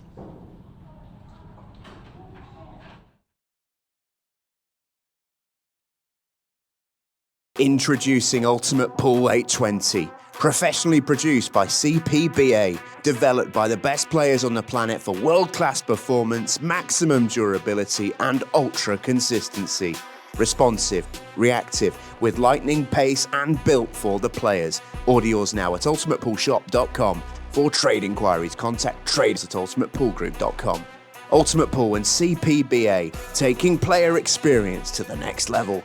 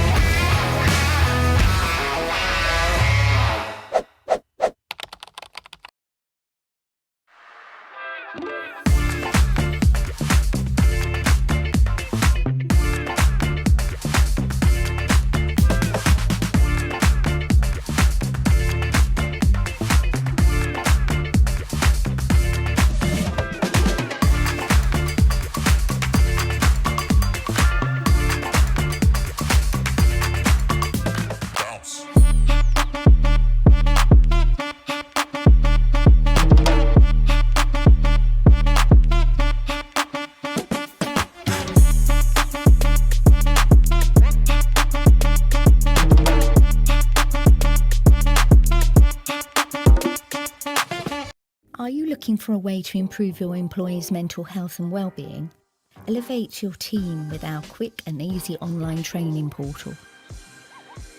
In just a few minutes a day, your employees can breeze through our 20 core modules and a multitude of optional ones on subjects ranging from stress to sleep management. Thank you, gents. Thank you. Time running. Well, welcome back, everybody. Really sorry for the interruption, especially for those of you watching live right now. We are aware that, and don't worry, we are aware of the time. 11:30 on a Sunday night. Thanks for sticking with us. This match is ready to get back underway.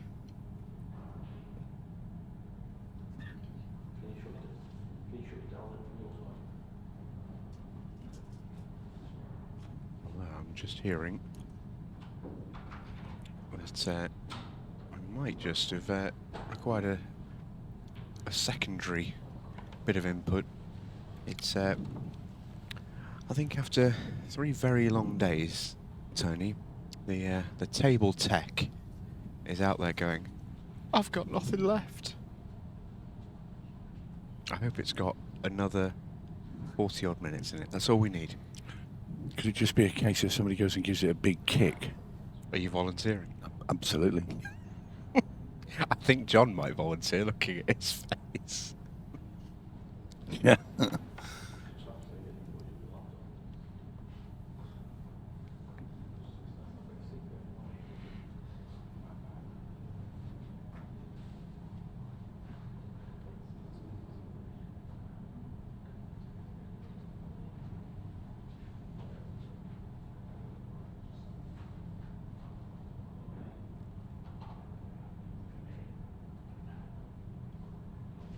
That's the state of things.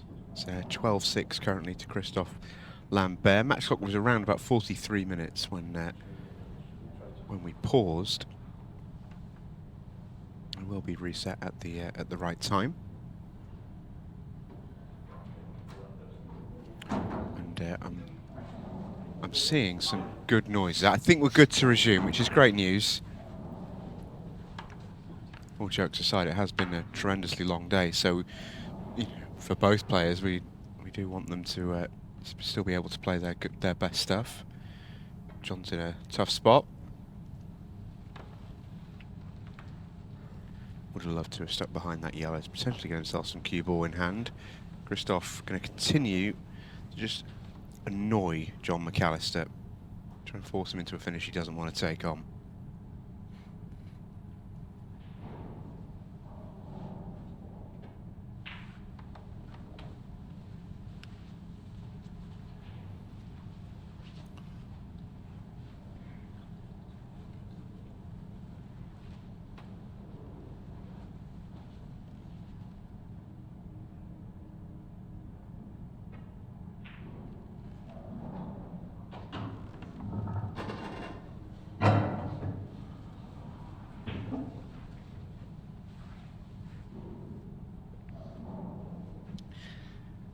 I know these frames were not your forte, Tony, to say the very least.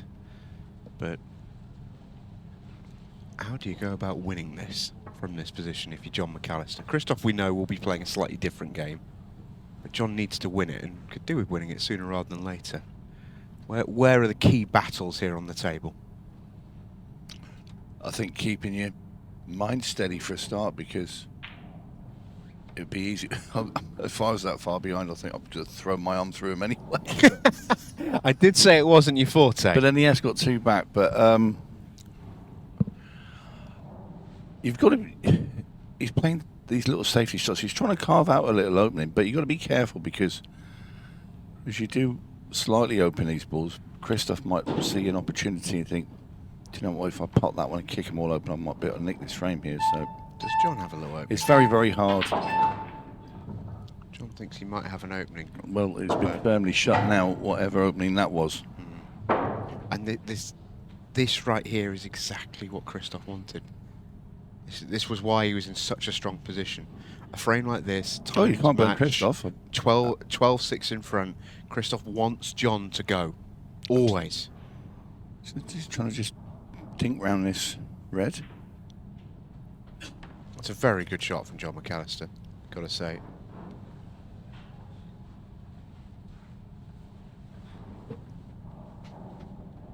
Christophe just needs to make sure he doesn't foul. Don't give anything away.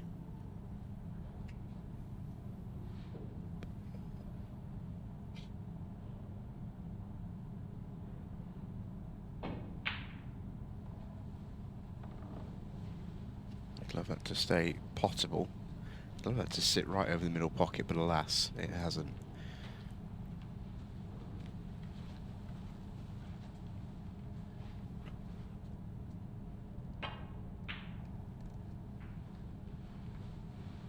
It's a very, very good cue ball from Jon, once again.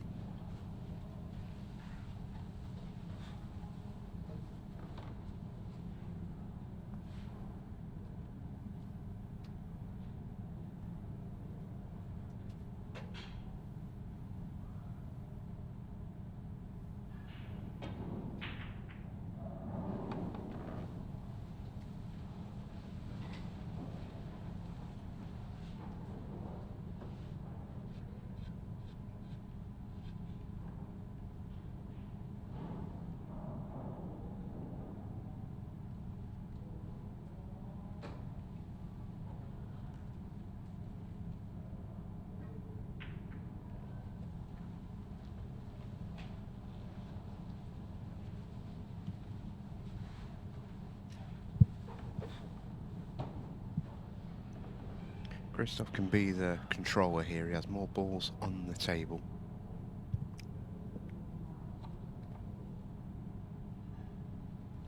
The red on the right side, close to the yellow, is a hindrance for both players. So I don't think you'll see... interesting. Has Christophe just set that up just so he can play the loss of turn? I feel like he has. Red onto yellow.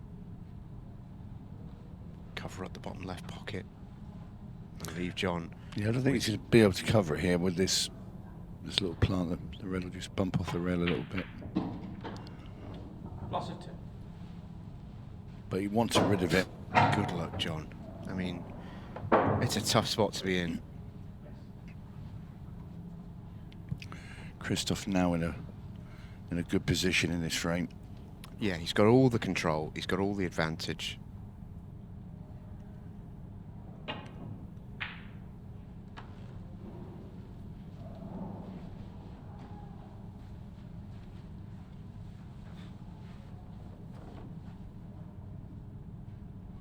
Christophe won't be a million miles away from being able to go in a sensible way, but it is just that red and yellow together.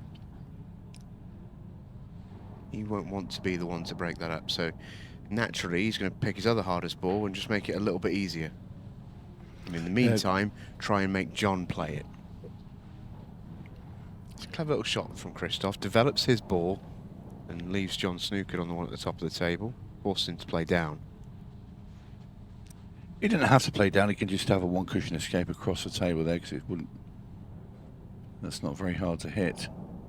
Yeah.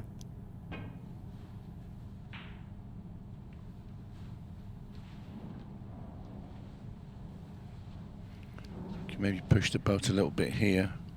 Jon's put his yellow in the middle of that rail.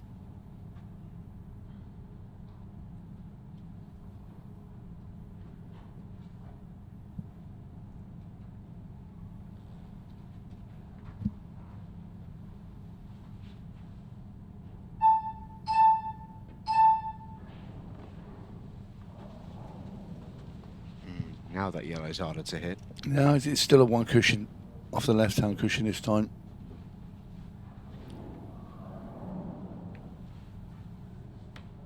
Bit deceiving. Looks like it's glued to it, but it's actually not. Yeah, he's got room. Just needed. Yeah, it was easy enough. Just needed to just transfer the little bit further on, and if the two were in a line, it would be a very difficult hit. Jon's happy enough to wait. Game of chess continues. At some point, Jon has to bite the bullet, though. This frame has already taken a lot of time off the match clock. Jon has to be the aggressor, remember. He trails by 6 frames.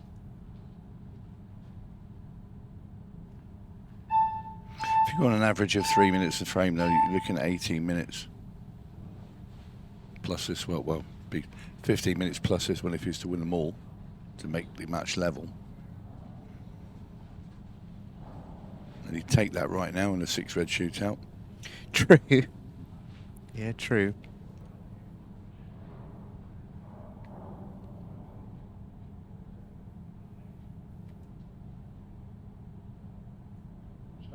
Extension goal.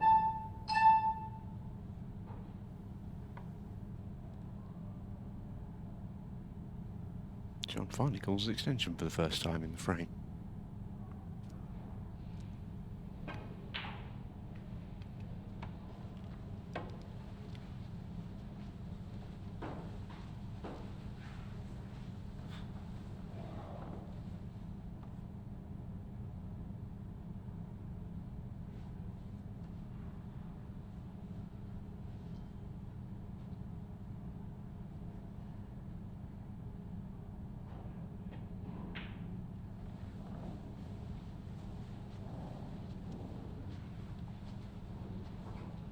And we still continue the same cat and mouse.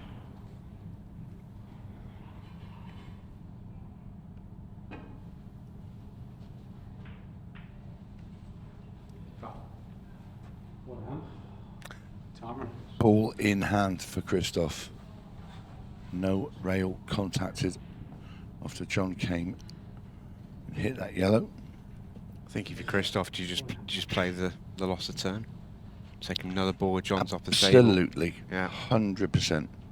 Don't try and do anything clever. Well, it's forcing him to hit one of the 2 yellows he really doesn't want to move. Yeah. Really doesn't have to get cute with this at all. Leave the red over the pocket. Out goes the yellow.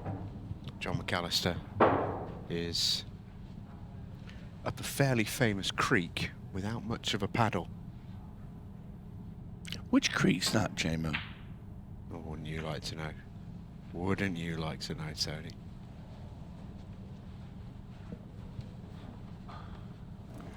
I'll tell you what he has done there. He's given himself half a chance now, Jon. Potential 3-ball plant, you're thinking? Doesn't look like it's on. No, I think he goes into the knuckle. Yeah, the overhead can be deceiving, but it doesn't look like that's on. Well, it's Christophe happy to go. Yeah, I don't think he likes the fact that that yellow's open and it's near the other yellow, and he'd probably be thinking that Jon could play some miracle shot and pinch this frame, and Christophe really knows that it's his now. I mean, he could move it now.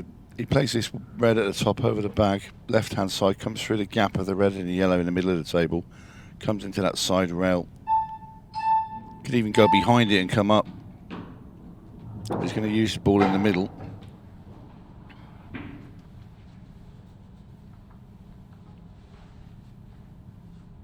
Got to make sure the cue comes out of there. At least be able to see the red next to the black. He's going to knock the black in. Oh, there's no way. Oh, wow. Oh my word. Oh my goodness. How on earth is that 8-ball not falling in? That is... Just look at this overhead camera. That is 3/4 of the way over the lip of the pocket. It's mental. Mental's the word. But that's the thing, that's why I like coming down off the bottom rail into those 2 balls. If you're pushing him up the table, you can't go anywhere near the black. Oh, that's a very good shot. That's a very, very good shot from Christophe Lambert. Jon McAllister has to pull out a worldie. He cannot believe it. He cannot believe it. A very thin clip on the yellow that's near the bag. Should put the yellow in front of that red, but he's not playing it. Maybe he doesn't fancy it. Cue ball is going to go down into it. I wonder if the yellow goes. Oh, and he's knocked the 8-ball in. Oh, after all of that. After all of that. Oh, you just couldn't make it up, could you? Oh, that's a heartbreaker. And you have to wonder, at 13-12-2 from home, that surely will be the dagger. That's got to really hurt. I mean, if it wasn't bad enough.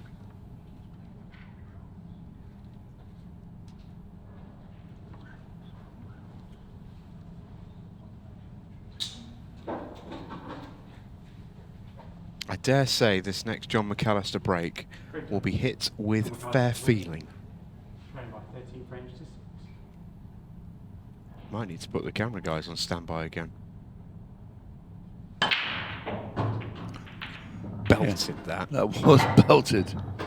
What a break. It's a testament to the professionalism of Jon McAllister. He's able to hit the break that hard and still control the cue ball.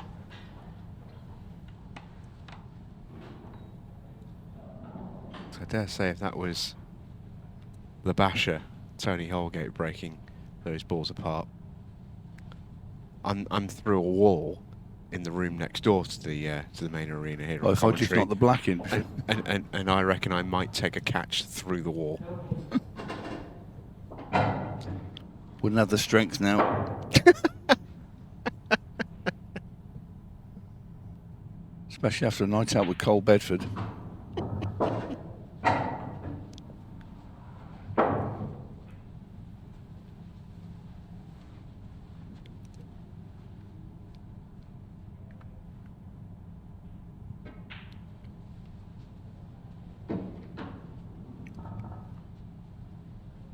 Jon McAllister on the ropes, but still he continues to play.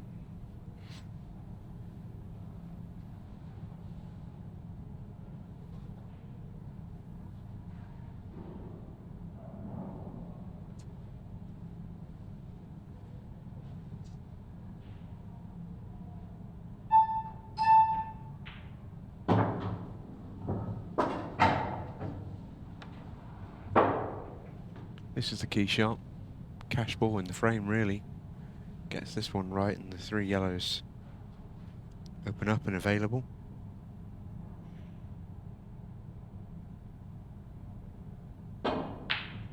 Oh dear. Yeah. And he's left Christophe on his hardest ball on the table. I think the furthest north red is on. Might not be, but if it is, Christophe will play it now.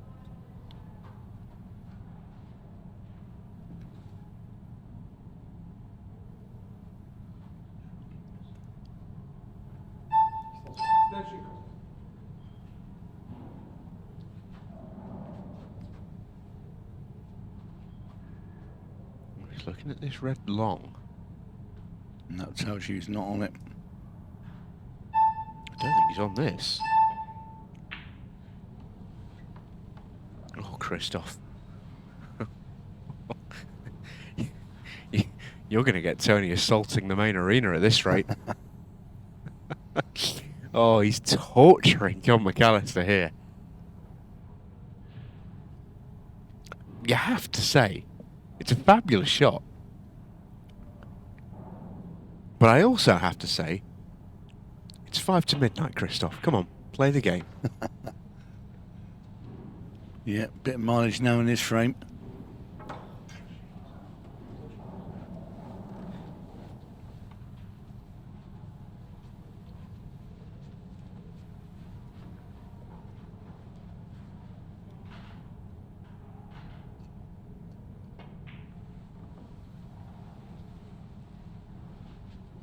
Yeah, moves his bad red out. Just slowly, bit by bit, taking apart this frame and making Jon's Masters final experience thoroughly miserable.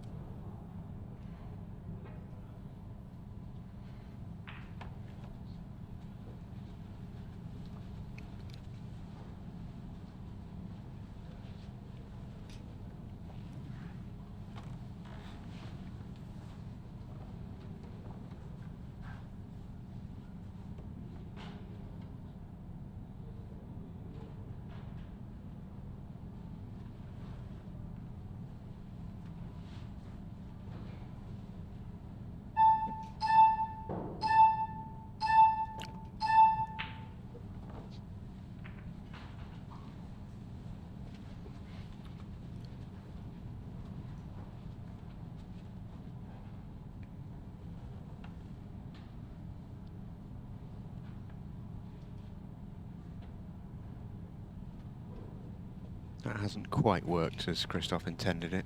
I think he wanted at least one of those reds to be available in the bottom left corner pocket. He still wants to win this frame. I think Jon's just almost... Well, that's a result for Jon. Jon's opened his yellows up and has left absolutely nothing for Christophe to go at. Christophe all of a sudden now has to play a very good shot. Issue of Jon, of course, remains the 8 ball, which is a pretty big issue, mind.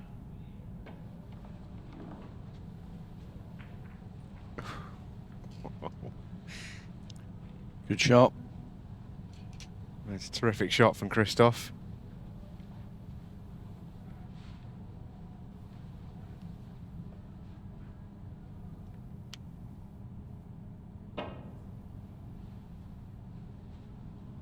And Jon's going to foul. Ball in hand for Christophe. He should win the frame from here. Well, it's the 2 reds now down at the bottom by the 8 ball because that plant's got to be made. Then they're very close together. And there's a gap though. There's a gap. I think you can make that plant. He's come to have a look at it. They're definitely not stuck together, but he is going to use his cue ball in hand to further extend the suffering of Jon McAllister. It's probably the inverted commas right shot.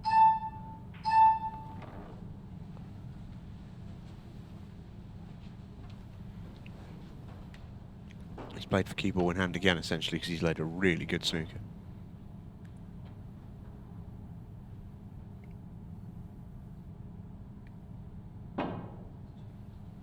That's a great hit. Is he going to get a cushion? Nope. No. Oh, tough.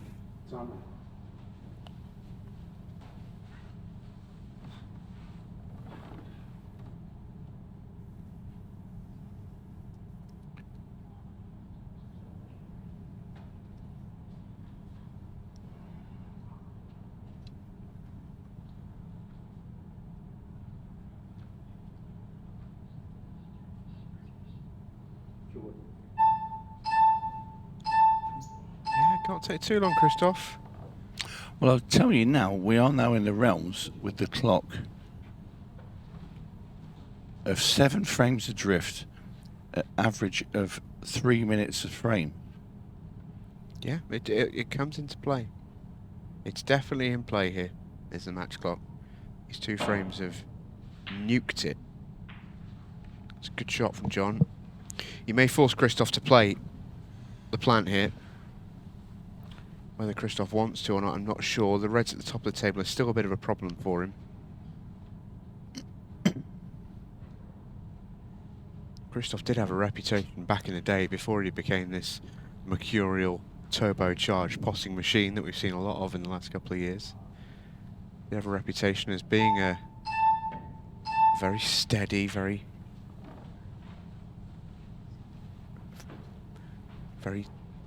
not quite a fudger, but a very tactically savvy, torturous player to play at times. And right now, Jon McAllister is getting the full experience.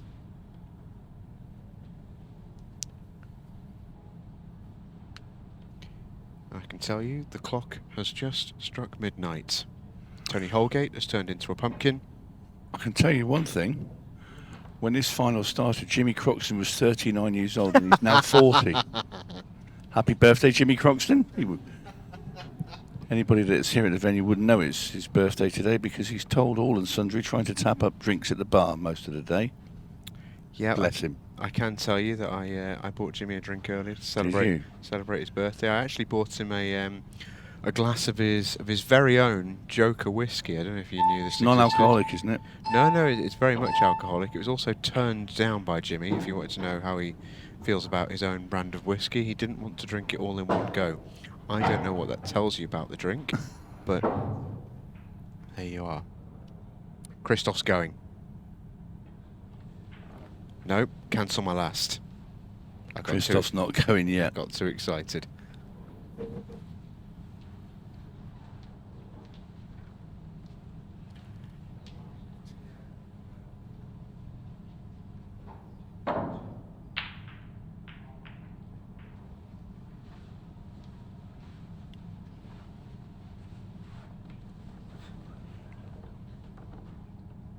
And strangely, Jon's tried to play a really attacking shot there. He's tried to pot his yellow, and he's only further elongated his own suffering as he's tied a red up.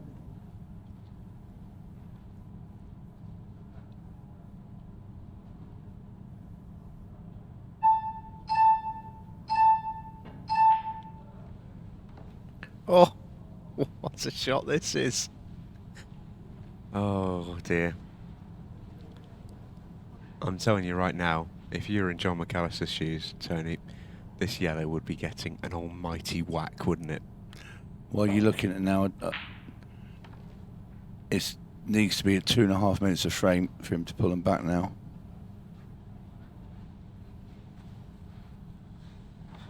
So the longer this goes on, every minute he sort of squeezes out of this, Christophe, is a giant stride towards the title. Yeah, and do you know what? It is not particularly, I think I can be honest here, it's not particularly great to watch. I'd probably have a little bit more patience and sympathy if it was 11 AM versus, say, for example, midnight, as Christophe goes in off. But I have to say, the levels of patience and professionalism that Christophe has shown in these last 2 frames have been so admirable. And Jon as well. Jon has absolutely not given up and gone away. He's played the game.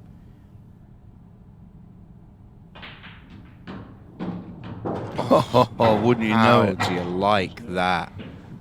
Not a lot if you're Jon McAllister. I think that about sums up this final for Jon McAllister. You couldn't make it up, could you?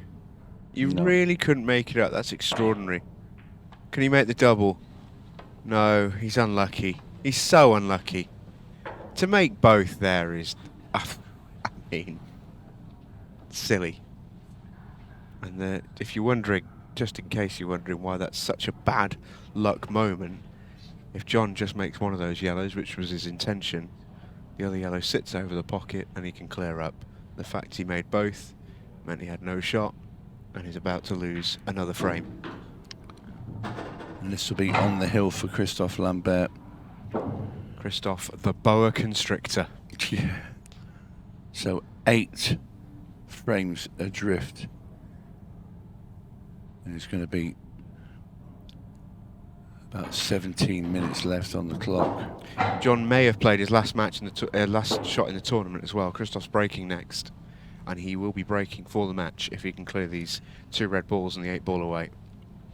Well, to be fair, I mean, it's over. It is over now. There's not enough time. I mean, it'd have to be... Oh, well. Well, Jon will have a swing at an 8 ball. Well, that's unbelievable there, Christophe. Yeah, all that work, and he may still lose this frame. Jon will have a swing. Going to go up and down, land on the double, I'd imagine, or no, he's going to play the combo. This should stay up.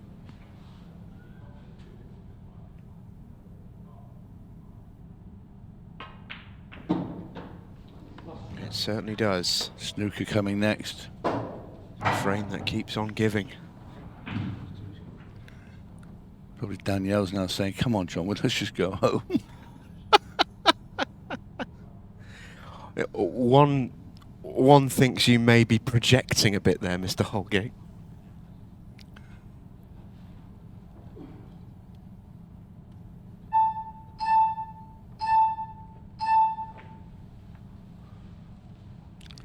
Now then, this is gettable because it's a double kiss. Straight up, and straight back down. He needs to be careful he doesn't feather the red first, though, and pot the 8.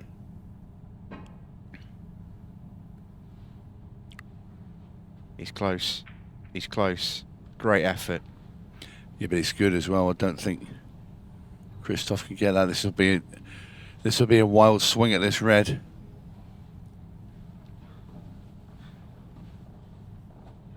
Christophe has 18 seconds to try and move this red somewhere towards a pocket. I think he's looking at left centre. He is. Imagine if he makes this.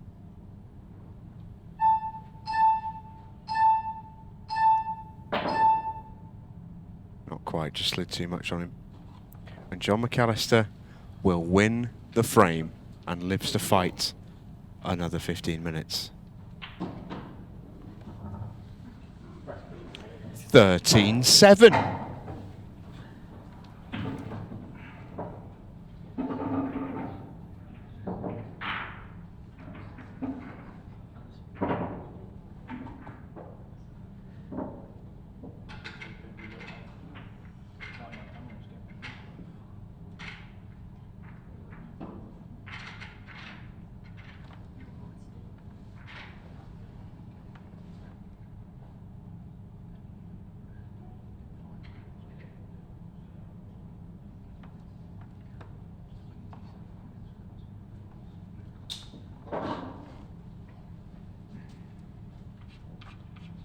Frame 21. Christophe Lambert to break. The 13 frames to 7. Christophe breaking off in frame 21. Still remains 2 from the line.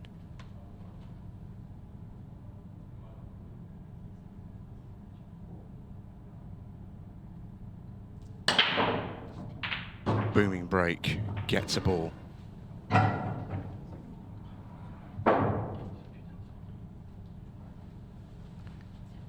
First glance, it looks like reds to me, but there's work. This is far from an easy finish.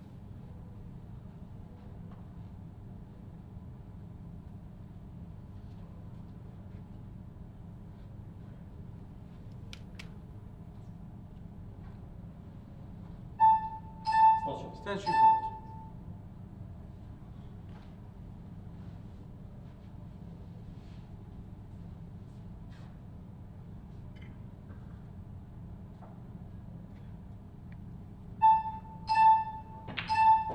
It will be reds. His main issue is the lowest one. Everything else goes. That yellow closest to the bottom left corner pocket is tough.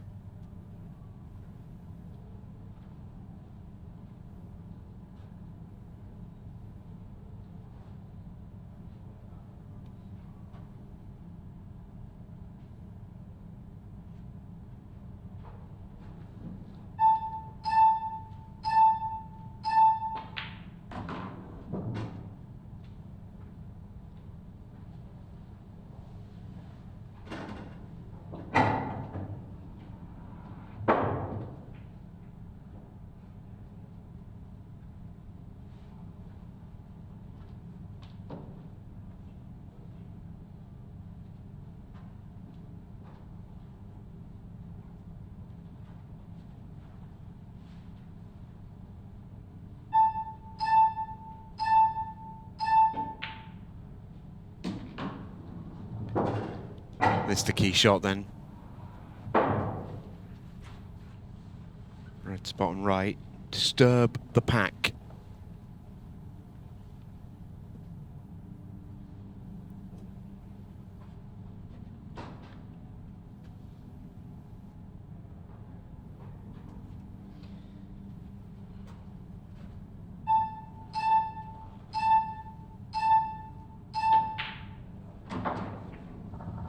Oh, and he's only made it worse.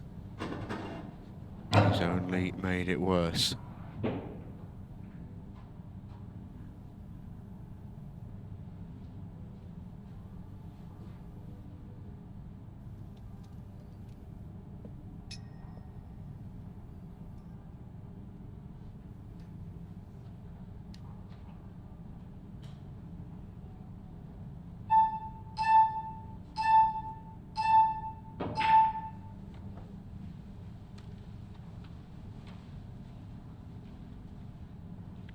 Quite a nice shot that from Christophe. He's opened all the reds. They now all go. He's asked the question of Jon McAllister, who now needs to take these all out if he's to stay in the game.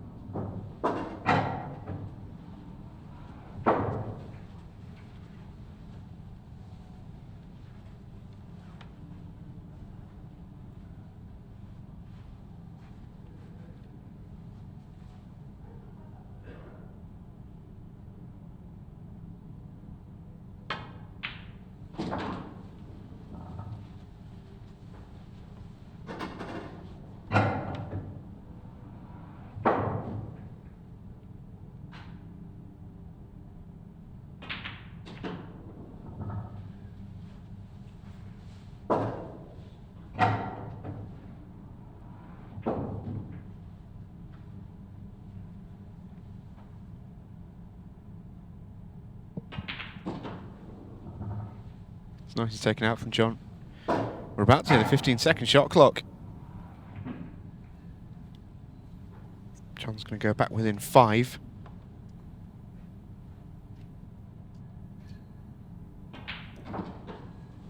So we're going to need about 2 minutes of frame. Which on 15 seconds is there or thereabouts. Then he needs Christophe not to get another ball Yeah, in his break tonight. Jon needs a miracle, let's be clear. It would require an absolute miracle from here.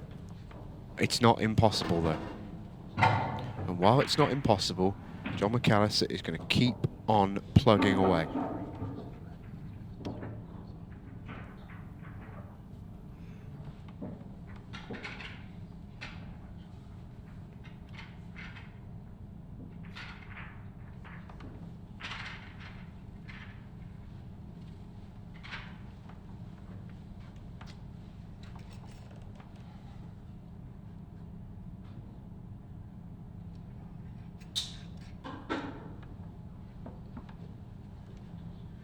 Thank you. Frame 22.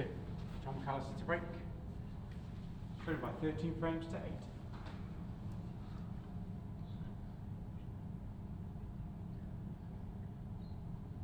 8. So Jon McAllister breaks off in frame 22. And he breaks dry.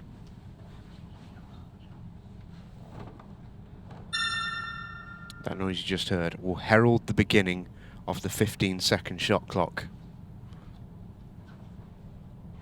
Might just inject some pace into proceedings.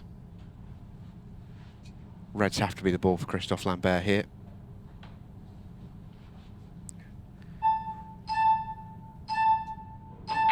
The fact that he was on that one was handy. Red balls in play. Wonder what you do with the 8 ball though on Reds. Doesn't appear to be an obvious ball to get on it. I think if you're anywhere near the left centre, you'd be pretty happy. But getting there is what he's going to need to do. These also are tricky. Top right. The further he goes through it, the easier yellows get. 15-second shot clock, he's got to go skates on.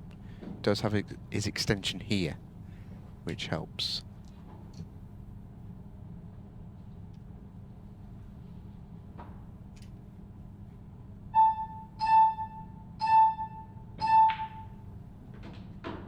It's a nice shot.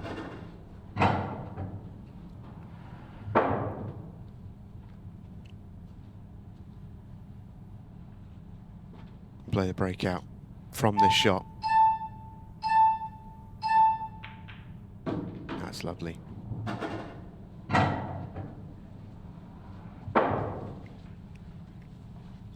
Needed a little finish like this final, just to sort of remind us how and why Christophe is in this position. He was absolutely fabulous in the first session.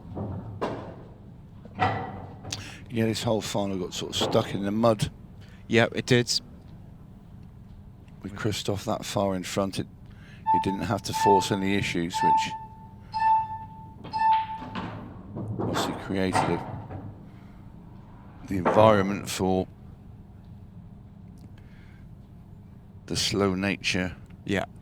of 2 of those frames, because Christophe didn't have to just let Jon sort of try and throw his arm at them. He did waste a golden chance. It's a good shot. He's okay on this. Little bit further than he would have liked in an ideal world, but this is a very gettable 8 ball for the hill in the Masters final for Christophe Lambert. Oh, I tell you what. That looked good to me. Think he's okay. Looks like 𝗨𝗪𝗔 is going to check it. That's close. That's really close. My first instinct was that it was okay, but I will admit it's gone midnight and my senses may not be as sharp as they maybe could be. This is getting checked right now.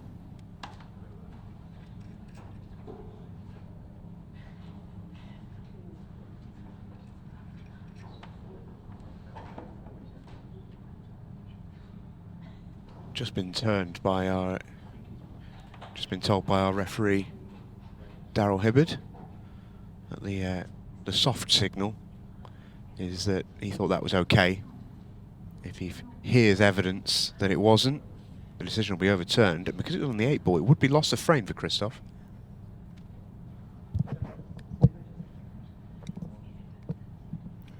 That noise you can hear is 𝗏𝗃𝗍𝗁 adjusting his headset. That's not what the referee can hear, crucially.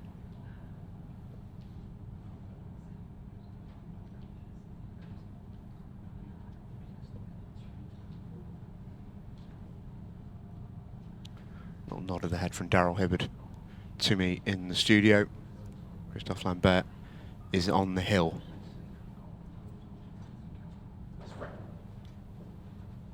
Relief for the Frenchman. Small puff of the cheeks as well. He's almost there, is Christophe Lambert. He's there. Well, yeah, in reality, he is Jon there. McAllister needs a frame every 1 minute and about 2 seconds, is it? Something like that. Yeah. 1 minute, 2 seconds. And that's as well as having 3 Christophe breaks. He's there. Christophe has won it. Yeah, you're absolutely right. It's gone from improbable to probably just about impossible for Jon McAllister. And one thing I would say is it would be a great shame for this fantastic victory for Christophe to be dampened somewhat by the manner of this second session in the final, where he's played the hands that he's dealt, and he's played an incredibly safe one, but he's played an incredibly professional one. He's won it in the first session essentially, and then coming out winning the first 2 frames in the evening session. So that's why it's been won. Yeah, absolutely. Feel for Jon, I really do. I think it's a really tough final for him. Effectively, like a football team being 6-0 up with 20 minutes to go and just passing it around the back 4. Yeah, that's a good way to look at it. That's a good way to look at it. Christophe breaks dry in his first attempt to get to 15. Extension call.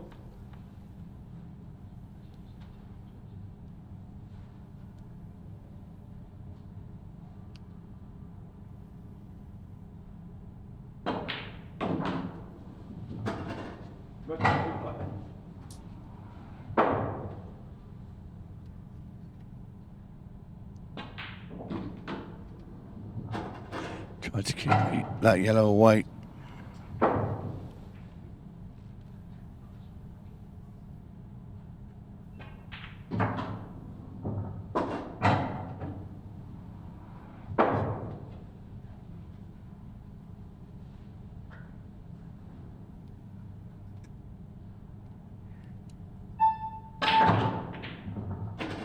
Well, that was nearly the end of it right there. That would have in a quite a bizarre way sort of would have summed up this second session of the final for Jon. I'm glad it hasn't ended that way, I must say. It would have felt really cruel. But Christophe Lambert to the table in frame 23 to win the Masters. Extension call. It was almost as if Jon McAllister said, "There you go, buddy. Go and win it in style, because I know I can't get there now." One ball to develop. Just missed his cannon. He's got others with which to work. In fact, he may well be on the yellow to top right. That'll get him back around there. I think that'll be the play with it. No, he's not quite on it. Goes the other way around. That's a lovely shot.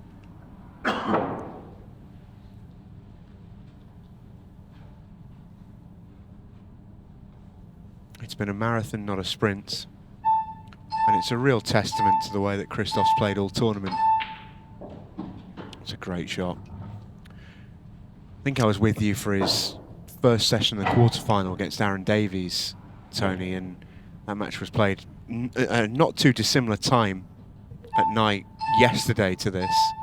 And both players, Christophe and Aaron, were really struggling. You could tell they were fatigued. It was tired. There were more mistakes than there would ordinarily have been. But Christophe has come back today, and he's produced an absolute miracle victory over Aaron Davies in the second session of the quarterfinal. He's beaten Chris Melling over 2 sessions, and he dominated session 1 of the final and got the job done in the second. We said name on the trophy. After that amazing buzzer beater, he's okay. He's all right.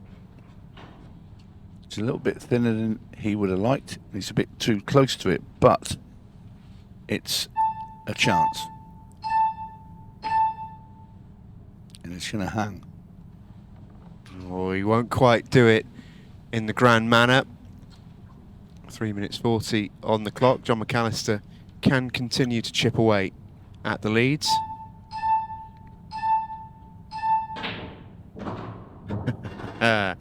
Exhibition mode for Jon McAllister. What a shot that is.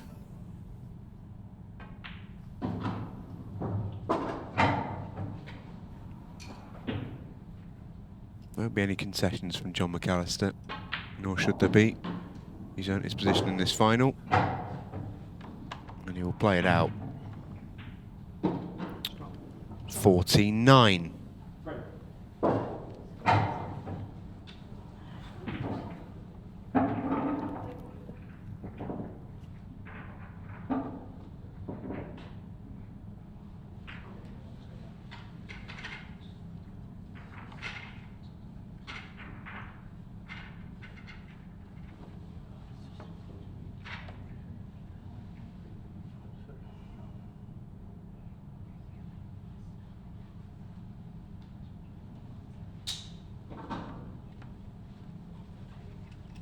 Through 24. Jon McAllister to break. Trailing 14 frames to none.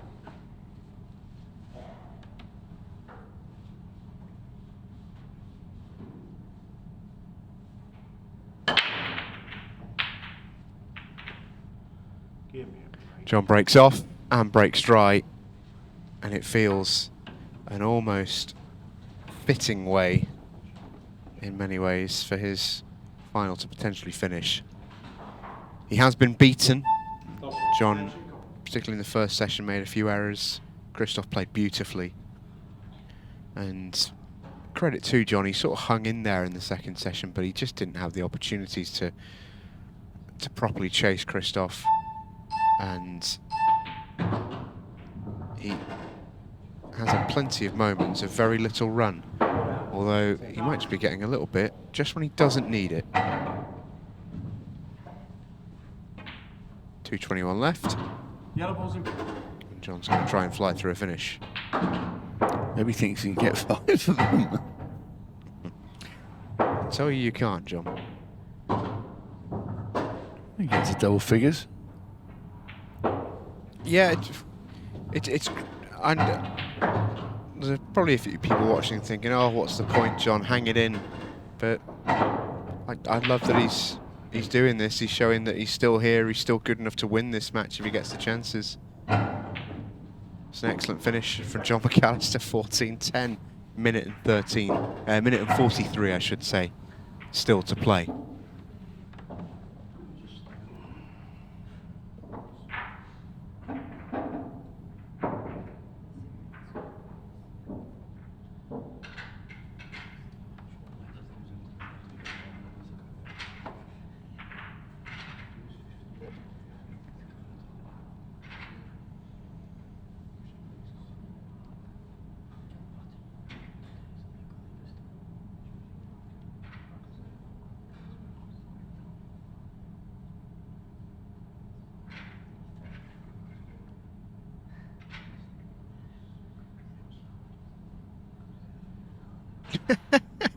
Christophe shakes his head. It must be quite a strange feeling, actually, the way. Weird, it's bizarre. Yeah, because this is a huge win for Christophe Lambert. Massive win. Christophe Lambert to And break. almost in a strange way, with the match over, 2 frames to 10. you know, Jon can't win from here. I almost hope that Christophe gets his moment here and gets to go and win it properly by potting an 8-ball. It's the finish that I think his performance today and indeed this weekend has deserved.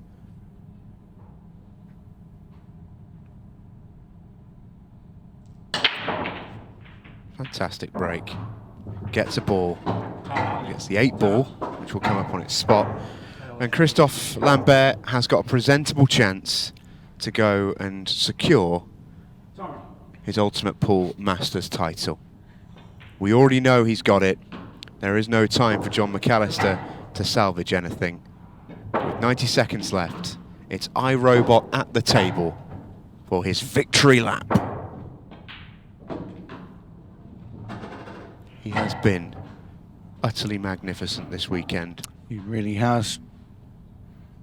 And that buzzer beater will be living in the memory for a long time.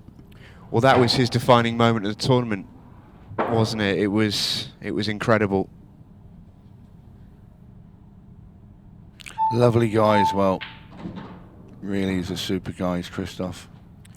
And he is going to get the magic number 15, which I am glad for. Yeah. Feels proper. It does. Remember the moment, Christophe. You have absolutely earned this. What a special tournament. A really special player. Christophe Lambert is the 2025 Ultimate Pool Masters champion. What a victory for him. He celebrates with his compatriots in the crowd who are still here supporting to him. Congratulations, Christophe. You have earned it. And we will crown our Masters champion in just a tick. We're going to bring in the tournament director, Scott Price, to make the presentation. Your 2025 Ultimate Pool Master is Christophe Lambert. Thank you so much for joining us, everybody, especially those of you on the late shift watching live on Ultimate Pool TV. It has been a marathon, not a sprint. That is what the Masters is all about. Christophe Lambert is your Masters champion.